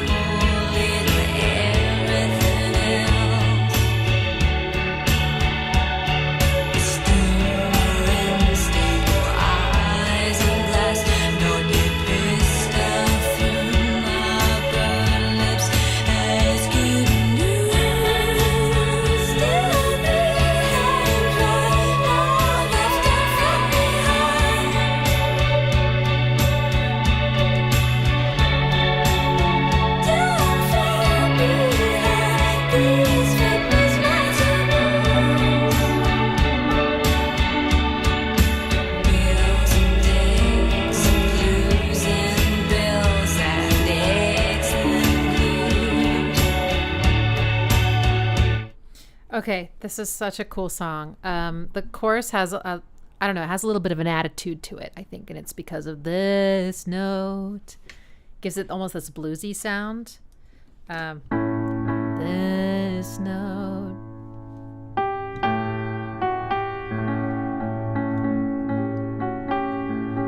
But then she changes to. Normally, it would be like.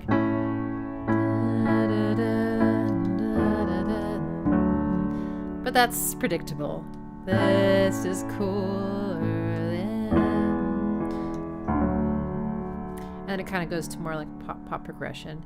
The chorus, though, really intrigues me. Bills and days and blues and poorly everything else. Steamer stable eyes and glass, not dipping. So drenched in reverb. Delicious. You.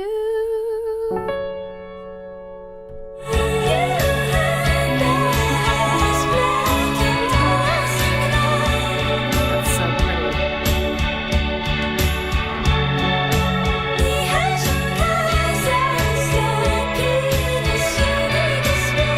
What a melody. Oh my gosh.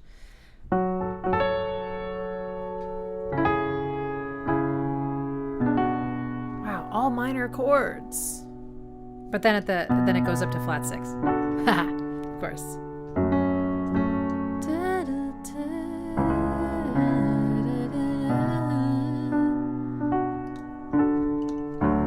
And she's singing high.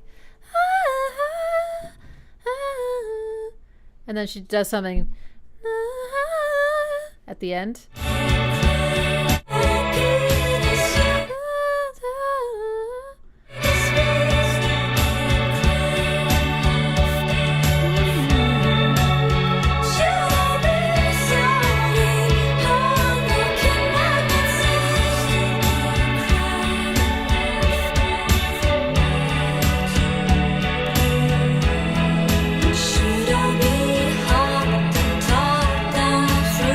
Double track. Hello.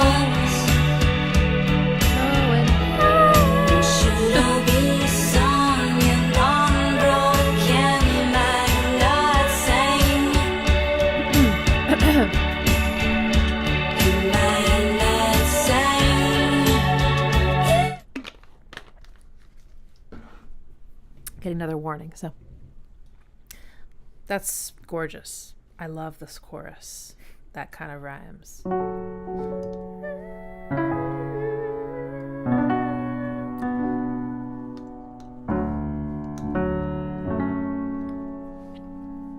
All minor. It's interesting. All those minor chords don't quite sound as minor as, I don't know. Maybe their voice is.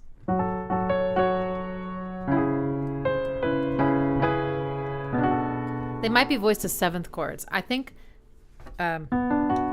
7th chords, major and minor 7th chords, sound kind of similar.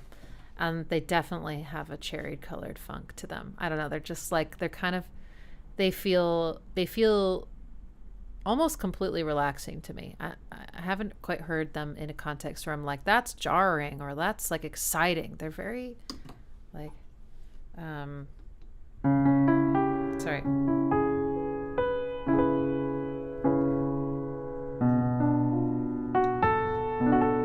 Just really nice.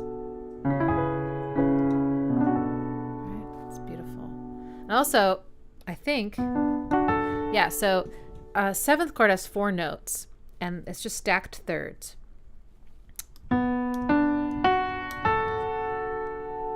But if you want, you can break it into smaller chords. The bottom 3 notes is minor in this case. It's a minor 7th chord. But the top 3 notes is a major chord. They just like overlap. So maybe that's part of why major and minor 7th chords kind of sound like they're both major and minor. There's that theory, but there's also the fact that another thing is they are interlocking fifths, perfect fifths, both of them. That's minor, and then major is. Sorry. There we go. I can't do this. Okay. There we go. Major, minor would be. So, yeah, anyway. So pretty. Okay, the warning is gone. Let's listen to the last 40 seconds.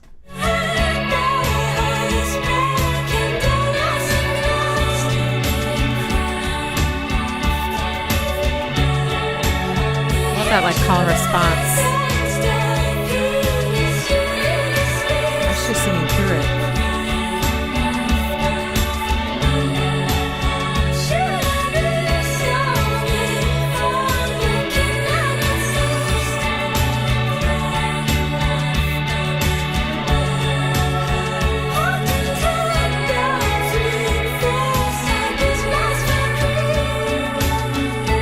The tone of this guitar is so nostalgic somehow.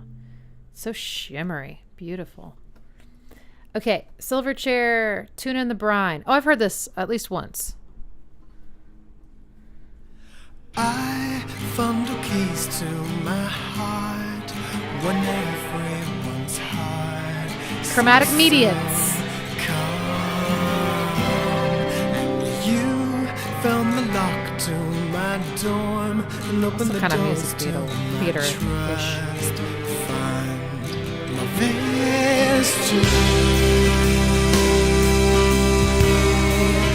Let in my darkest hour is fair. Denies me of anything good. So don't lose your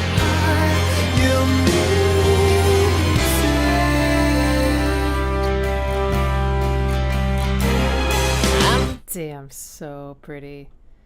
Okay, there's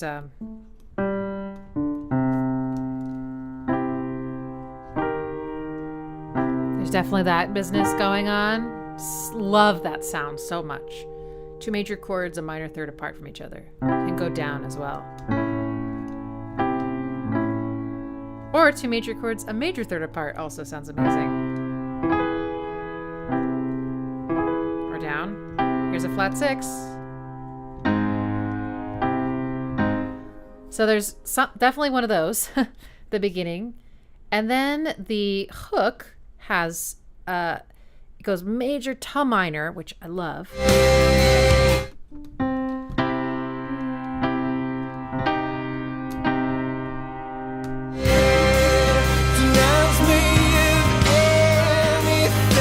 To the flat six chord, ladies and gentlemen. So four.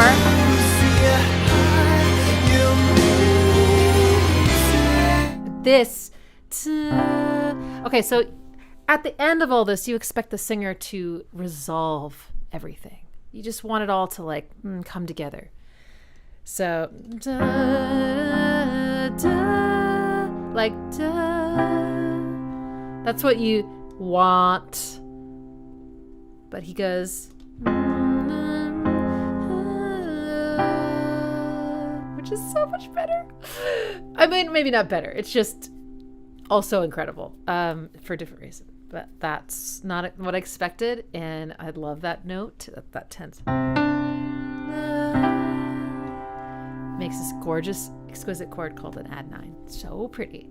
That was awesome. This also has a little bit of that musical theater vibe to me.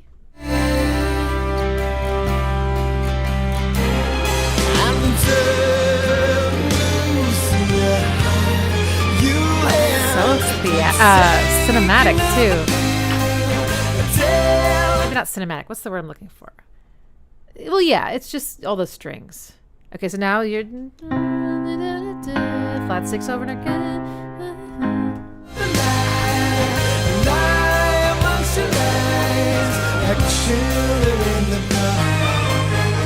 That's dope. What did you do? Oh, not back far enough. This almost reminds me, excuse me, of like the Moody Blues, Nights in White Satin, like that kind of. It's really beautiful. Sometimes symphonic rock doesn't do it for me, but this style really does.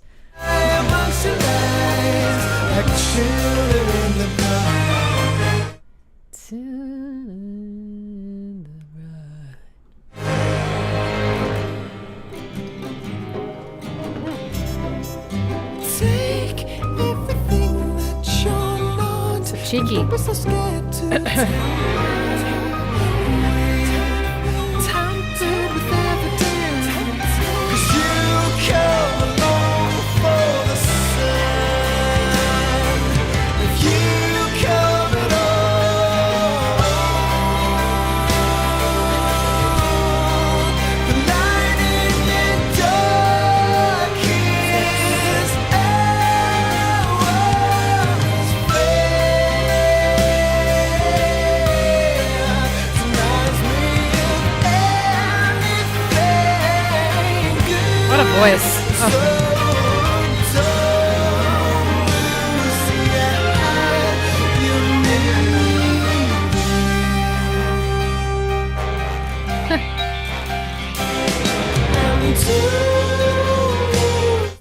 So keep getting the warning.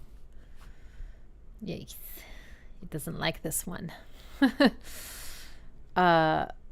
This is also another song that, like, you know, you could tell took a lot of work. It's just really intricately arranged, and you know, so just the symphony involved and all the little side voices. You know, it's kind of reminiscent of like Queen in some ways too. It's just great. His voice is so fantastic. Does he remind you at all of Jeff Buckley? A little bit, something about maybe I don't know, maybe not.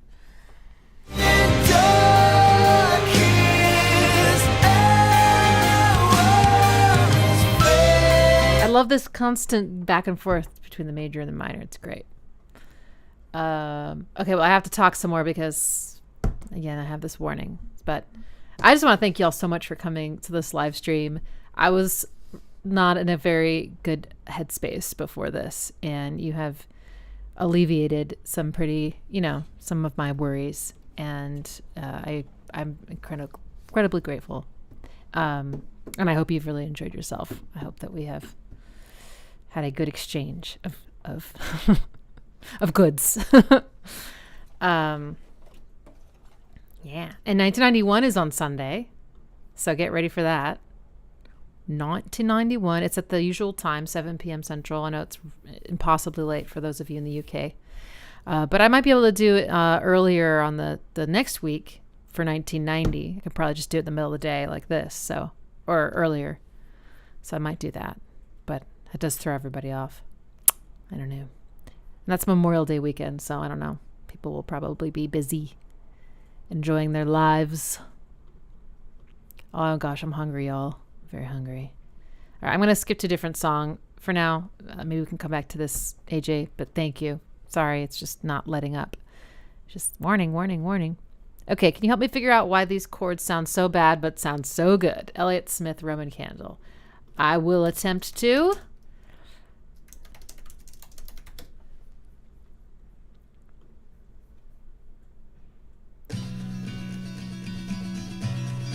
Wow, it's pretty.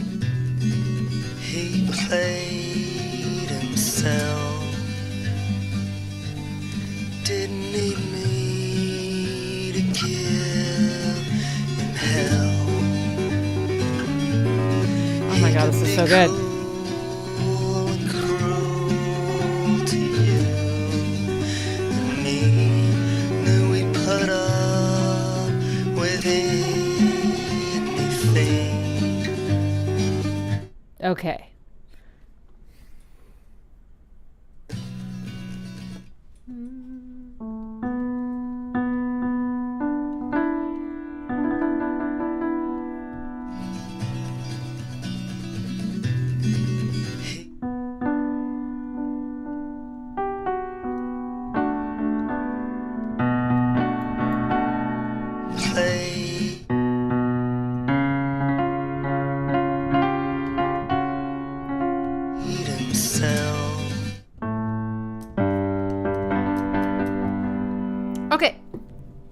So I think what we got here is we got 3 chords.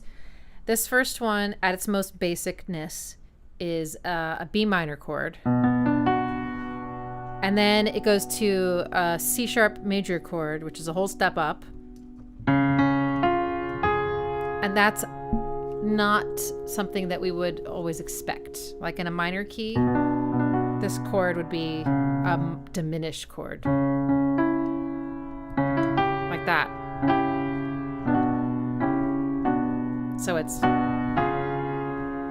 those notes are just like higher than we expect, and that brightness of the major just like shoots out and hits you between the eyes. And it's very exciting, and it feels like a setup for something, you know, like, whoa, where are we going?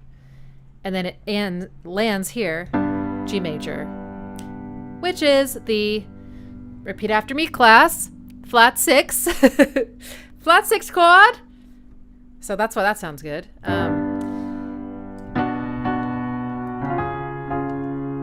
Sorry. Now the distance between the C sharp major chord and the G major chord is a tritone. So that's why it sounds bad, is because those chords could not be more unrelated in some ways. They're just so opposed. They don't have anything in common. And our ear can detect that relationship. We're used to hearing chord moves that are like whole steps, half steps, thirds, fourths, fifths.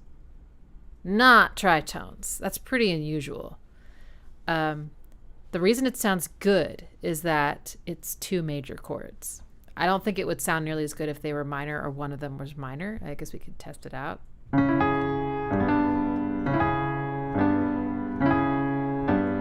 mean, it doesn't sound terrible, but this... I think if you put any 2 major chords next to each other, no matter how far away they are from each other, it just seems to sound really cool. It's not maybe easy to make a melody around, but Elliott did it. So then the voicing of the chords is really nice. I think that this B minor chord is voiced as a 7th. Like that. And then I think he goes, and I think he hits you with a 4th or 11th or whatever. And you get that tension. And then how's he voice? Let's see.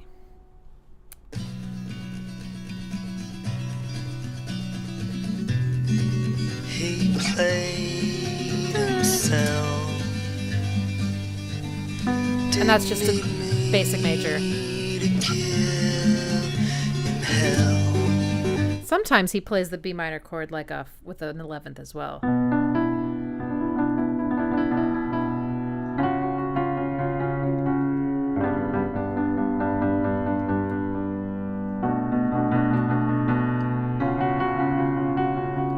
And anytime you have common tones, right? This note is in both these chords.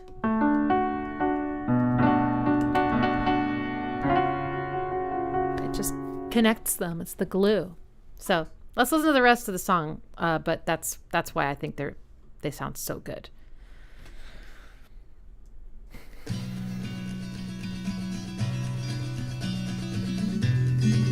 He played himself. Da, da, da, da. Didn't need me to give him hell. He could be cool and cruel to you and me. B major. Put up with anything.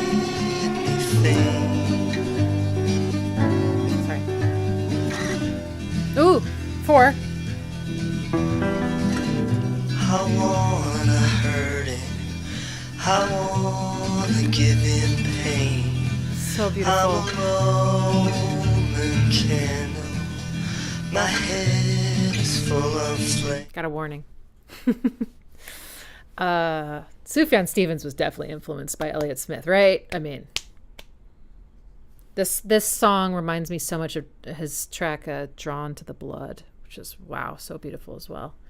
But the guitar technique, that just kind of like the this is like a chicka chicka chicka chicka chicka, but Drawn to the Blood is da da da da da. But still, it's like these full chord. Something else about the chords. I don't know, the guitar tone or something. It feels like they're being so lightly scraped. What is it that they're using? What is he using? Is it what is it?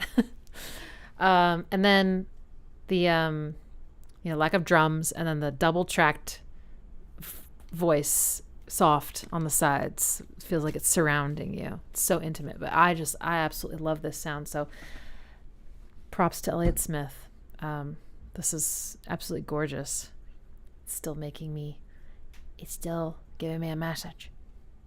All right, well, I will just check on the chat, see how y'all are doing.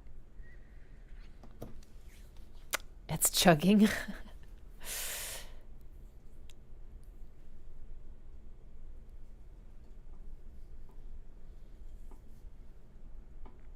You think he tunes down the high E string to a D? Oh, cool. I think that's one of the things about guitars that sort of intrigues me, is just the fact that you can tune the instrument however you want. I mean, within reason. I've never even thought of being able to do that because I play the piano. A digital one at that. I'm sure you can change the tunings, but why? I don't know. Unless it's a real piano, I wouldn't even bother. It might change the timbre. But, yeah. Where's Kitty?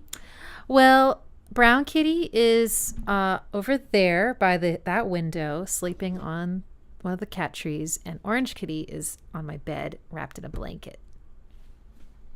They just didn't want to be over here today. I never know. I never know with the kitties.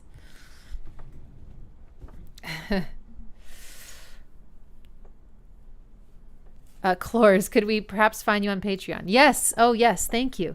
I have a Patreon. It's my main support, and it's patreon.com/ixiemusic. And you can join for $5, and then it goes up from there. There's a monthly songwriting challenge or production challenge, however you want to look at it. It's really fun. And I review them at the first week of the month. And I give you the prompts. There's a Discord with really cool people that you can talk to every day. There's early access to my videos. There are options to vote for the album listening party, which is in the album listening tier. We do an album every month, and we're doing St. Vincent's All Born Screaming on Saturday at 12 p.m. Central. And then at the end of the month, we do a song request listening party, a lot like this. And that's open to everybody. And then I'm writing music right now. So if you want to be in the educational tier, you can start to see some of my behind the scenes.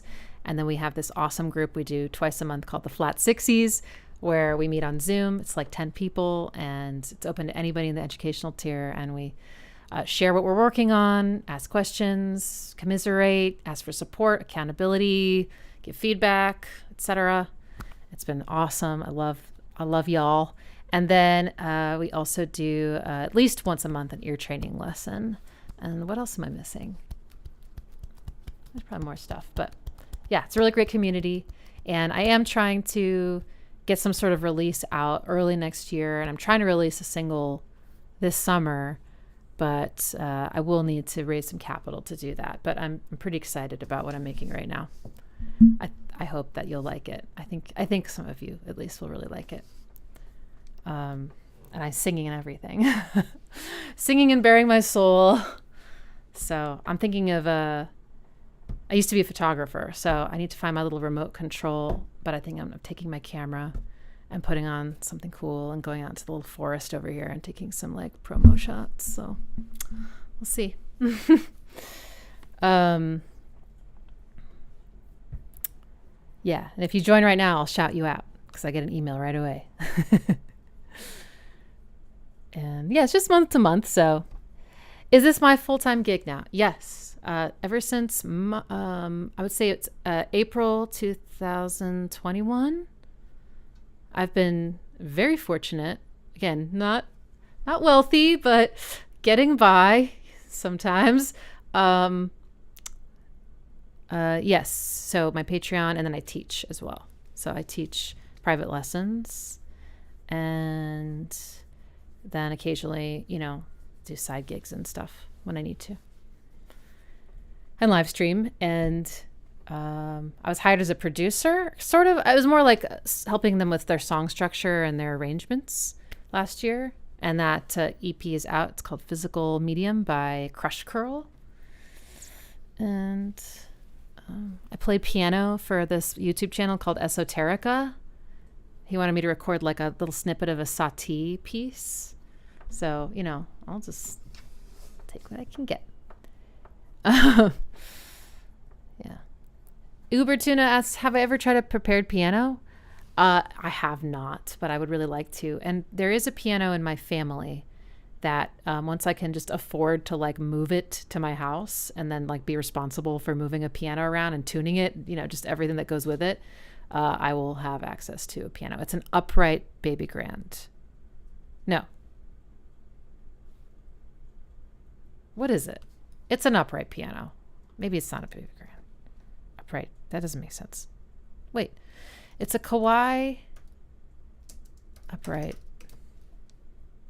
Whatever. It's just it's a Kawai upright. And it needs a lot of work. But I'm thinking before I spend the money to get tuned, maybe I'll just stick things in there and see what happens. So maybe someday.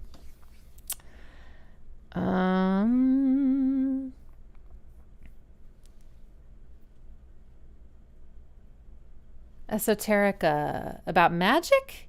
Is it? I don't think so. Well, I can't recall. Let me see if I can find it. And then we can listen to music again because I think the warning's gone. Esoterica. Maybe it's just called Esoteric? No, Esoterica. Here, I'll put the link. I guess it is. I guess maybe there's some magic in here. There. Upright baby grand. Yeah, I know. Sorry. I was like, wait, no, that can't be right. Nope. That would be a tall piano. Okay. So, shall we try? I think we're going to move on from Roman Candle, even though it's like exquisite and I want to listen to it super bad. I'm going to add this to my my playlist of things that I like to listen to over and over again. I'm going to try to move to Apple Music, though. I'm so fed up with Spotify and how they treat people, and their new policies are horrible. So fuck that shit. Okay, so back to requests. And I'm not taking any new requests if you just joined because I'm going to have to eat soon. Don't want to keel over in the middle of like, it's a flat. Actually, it probably wouldn't be so graceful of me just nodding off. Okay.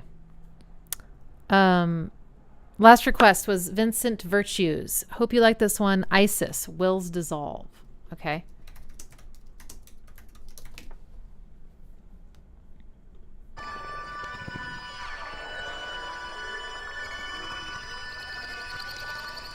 Already like it. Pretty cool.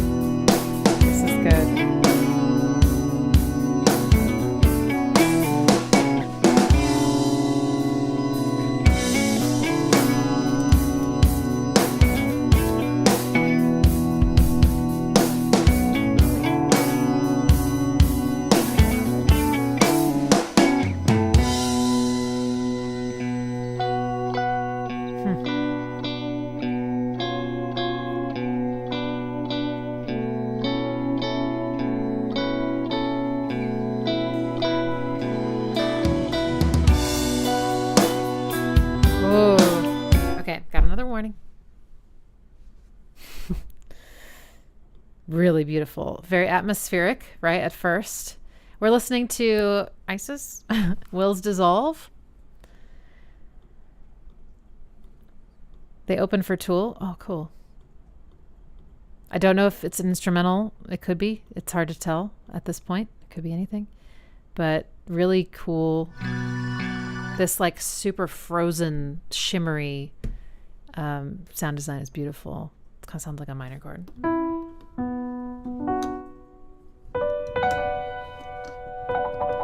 It's gorgeous.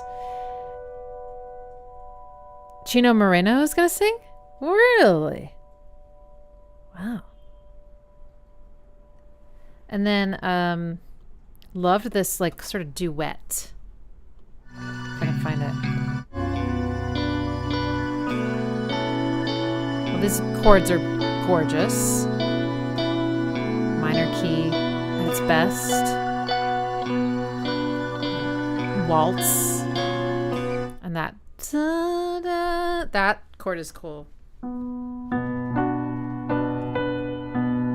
then sorry, and then I already forgot what it was.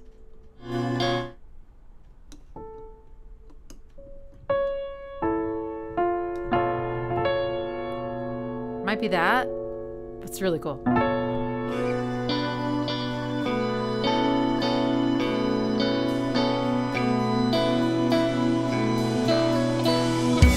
This. No. Where is it? There's a duet.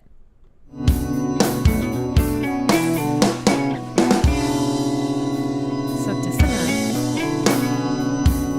Their pans hard.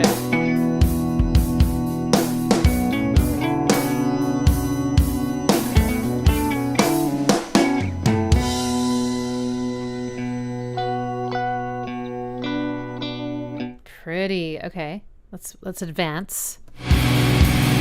Whoa, okay.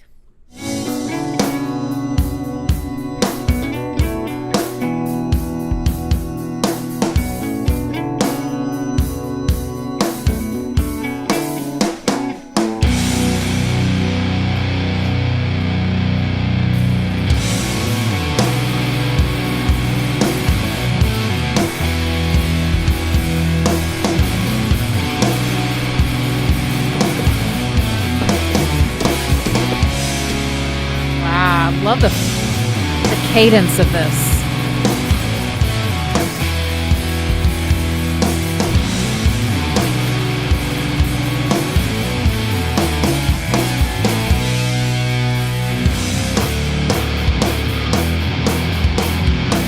Okay, I don't want to get blocked, but that's dope. Beautiful marriage of bass and guitar. And I love these accents. Just I don't know, yeah, the like if you were to choreograph a dance to this, it would have a lot of like rushing forward and then like falling back. I don't know, it's just like this dun, dun, dun, dun, dun. And it's a little unpredictable. It might just be in 3, but the way they're phrasing it feels hard to predict at this point, my first listen. But I like that. I like feeling like thrown, you know.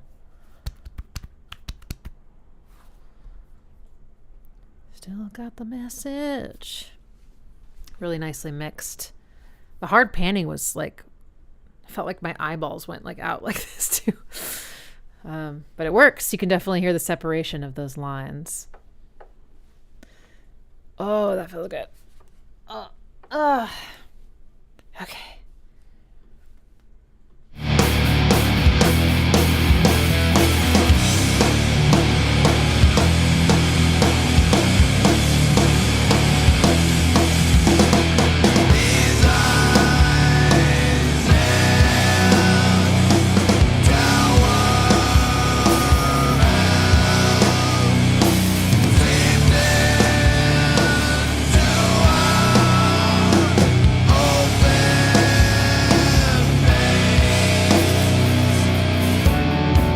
Nice understated vocals. You know, they're pretty gritty, but they're not overpowering.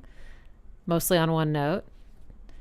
And I just wanted to give a shout out to Leanne, who just joined my Patreon. Hello, welcome.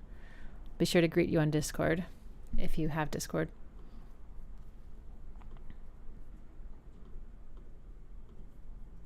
Okay, I'll send you an invite to Discord if you want, because everyone's super cool. Oh. Okay. Let me try again.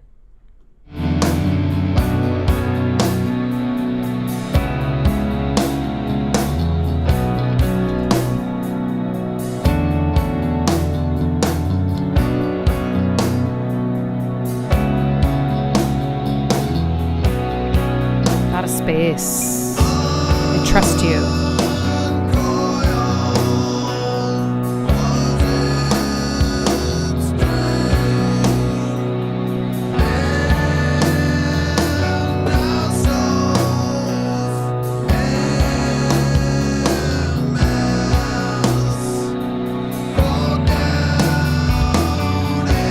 This is all minor key. I love minor so much. Beautiful. Pulsing.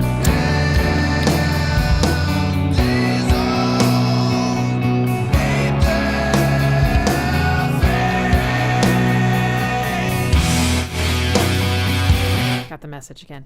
Exactly just TV one. They let the songs breathe. Yeah. I feel like that takes some trust in your listener. You know, especially nowadays when everyone has no attention span. And they want to be hooked in, you know, immediately. And I think it's cool to like wait for the listener who will wait. Okay, I got a question for y'all. 2 questions, actually. Okay, one is several people over the years have suggested that I should make some merch that has like flat six or something on a t-shirt. I don't know. I'm like a little resistant to doing merch. For one, it actually is a lot of work to fulfill that kind of thing. So it'd have to be fulfilled by some, I wouldn't be able to do the fulfillment, you know, which I don't like because it's very impersonal. Like when I did my Downward Spiral piano covers, and I did sell the art as prints, and I packaged every order and I signed them and I wrote a handwritten note and like took it to the post office, and it felt so good. And also, like, I know we all need clothes, but I also just like hesitate to bring more just stuff into the world. But I know that me making t-shirts isn't gonna like really make a difference, but I don't know. What do you think? Would you, I mean, who would wear though a flat 6 shirt? Like, I just can't understand. Clores, you sent me a very cool idea. I saw that. I forgot to respond on Discord. It was really clever, but I just like who would actually do that? I mean, that's the most niche joke. Like, no one would. It's not even a cute name. Flat 6 isn't even like fun to say. It's not even cute. I just wish the chord had a better name. Okay, my second question is, Sven would wear it. Well, you know, I need to do like an album or an EP, and then maybe I'll make merch for that, because it'll be like really beautiful, but I don't know, or something. Rob, Maury, the Berkland. All right, we got 4 of you. Awesome. Derek. Trey, do I check my Instagram messages? I do, but I get a lot, and I have learned to protect my time and energy by not necessarily responding to all of them or leaving them on read, you know what I mean? But I do read every single one, and I appreciate all the kind messages. I really, really do. And then the other question is, Patreon just launched something. I haven't tried it yet, but it is a feature that will transcribe. No, it will turn my videos, whatever I upload, I guess, to Patreon. I have to see how this works. Into a podcast onto Spotify, which I'm also like, oh, Spotify. But I have had people ask me in the past to do a podcast version, and I can't certainly add on like a specific podcast expression of what I do, but I could turn my current audio, videos into podcasts. Would it translate? Do any of you watch my videos without the video? And does it make sense?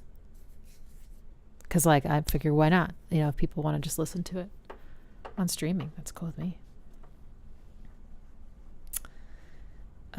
If you want to hear a sneak peek of the music I'm writing, you got to join my educational tier on Patreon. That's where it is. That's where it's at. And then you can even give me feedback on my music. How cool is that? Oh, I forgot to say, I've got a one-on-one tier. If you want to meet with me once a month, 45 minutes, you and me over Zoom, we'll work on your music. I got that. It's fun. Okay. Let's keep trying to listen to this Will's Dissolve song. And I will listen to your comments or your feedback on this whole podcast idea.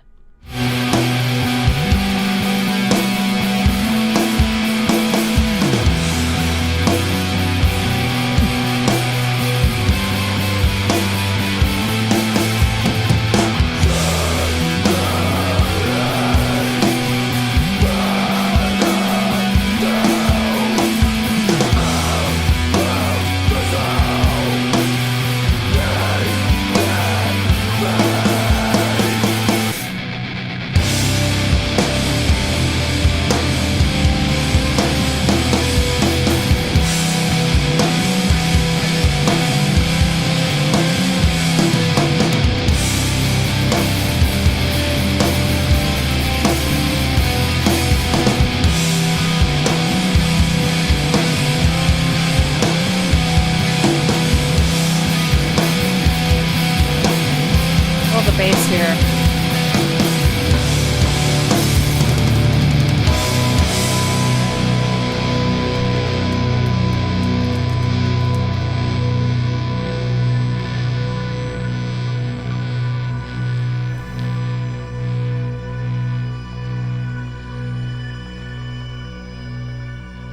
That was epic! Such good songs today.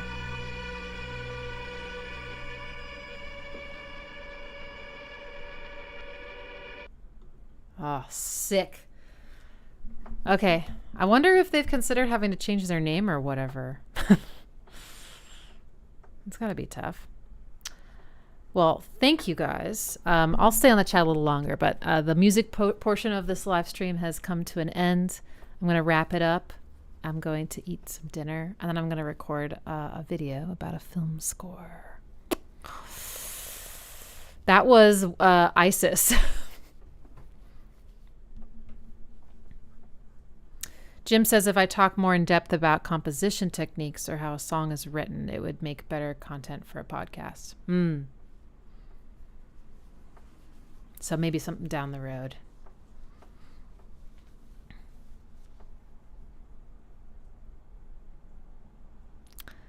Thomas, thank you so much. My tube was the one with the title in Spanish? I'm not sure I understand.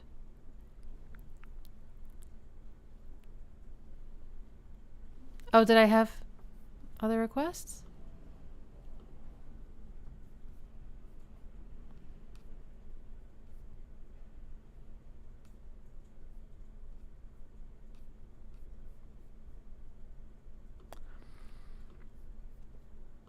Yeah.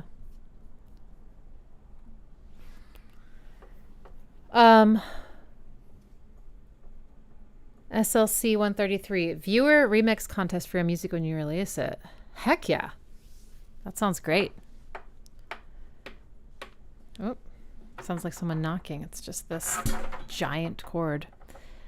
Jacob, if you were to do these as a podcast, then you lose being able to see your fingers on the keys. So maybe you need to spell things out. Yeah. So just to clarify, it would be the videos I already make the way I make them now, but just the audio of it, basically. So I don't know.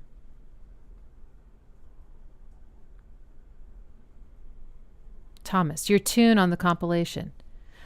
Oh, the compilation that was on the Nine Inch Nails Discord.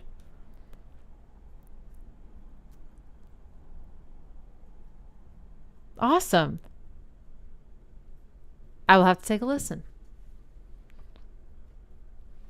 Okay, guys. Thank you for the feedback. I appreciate it. And thank you so much for your support. Yes, I will enjoy my meal.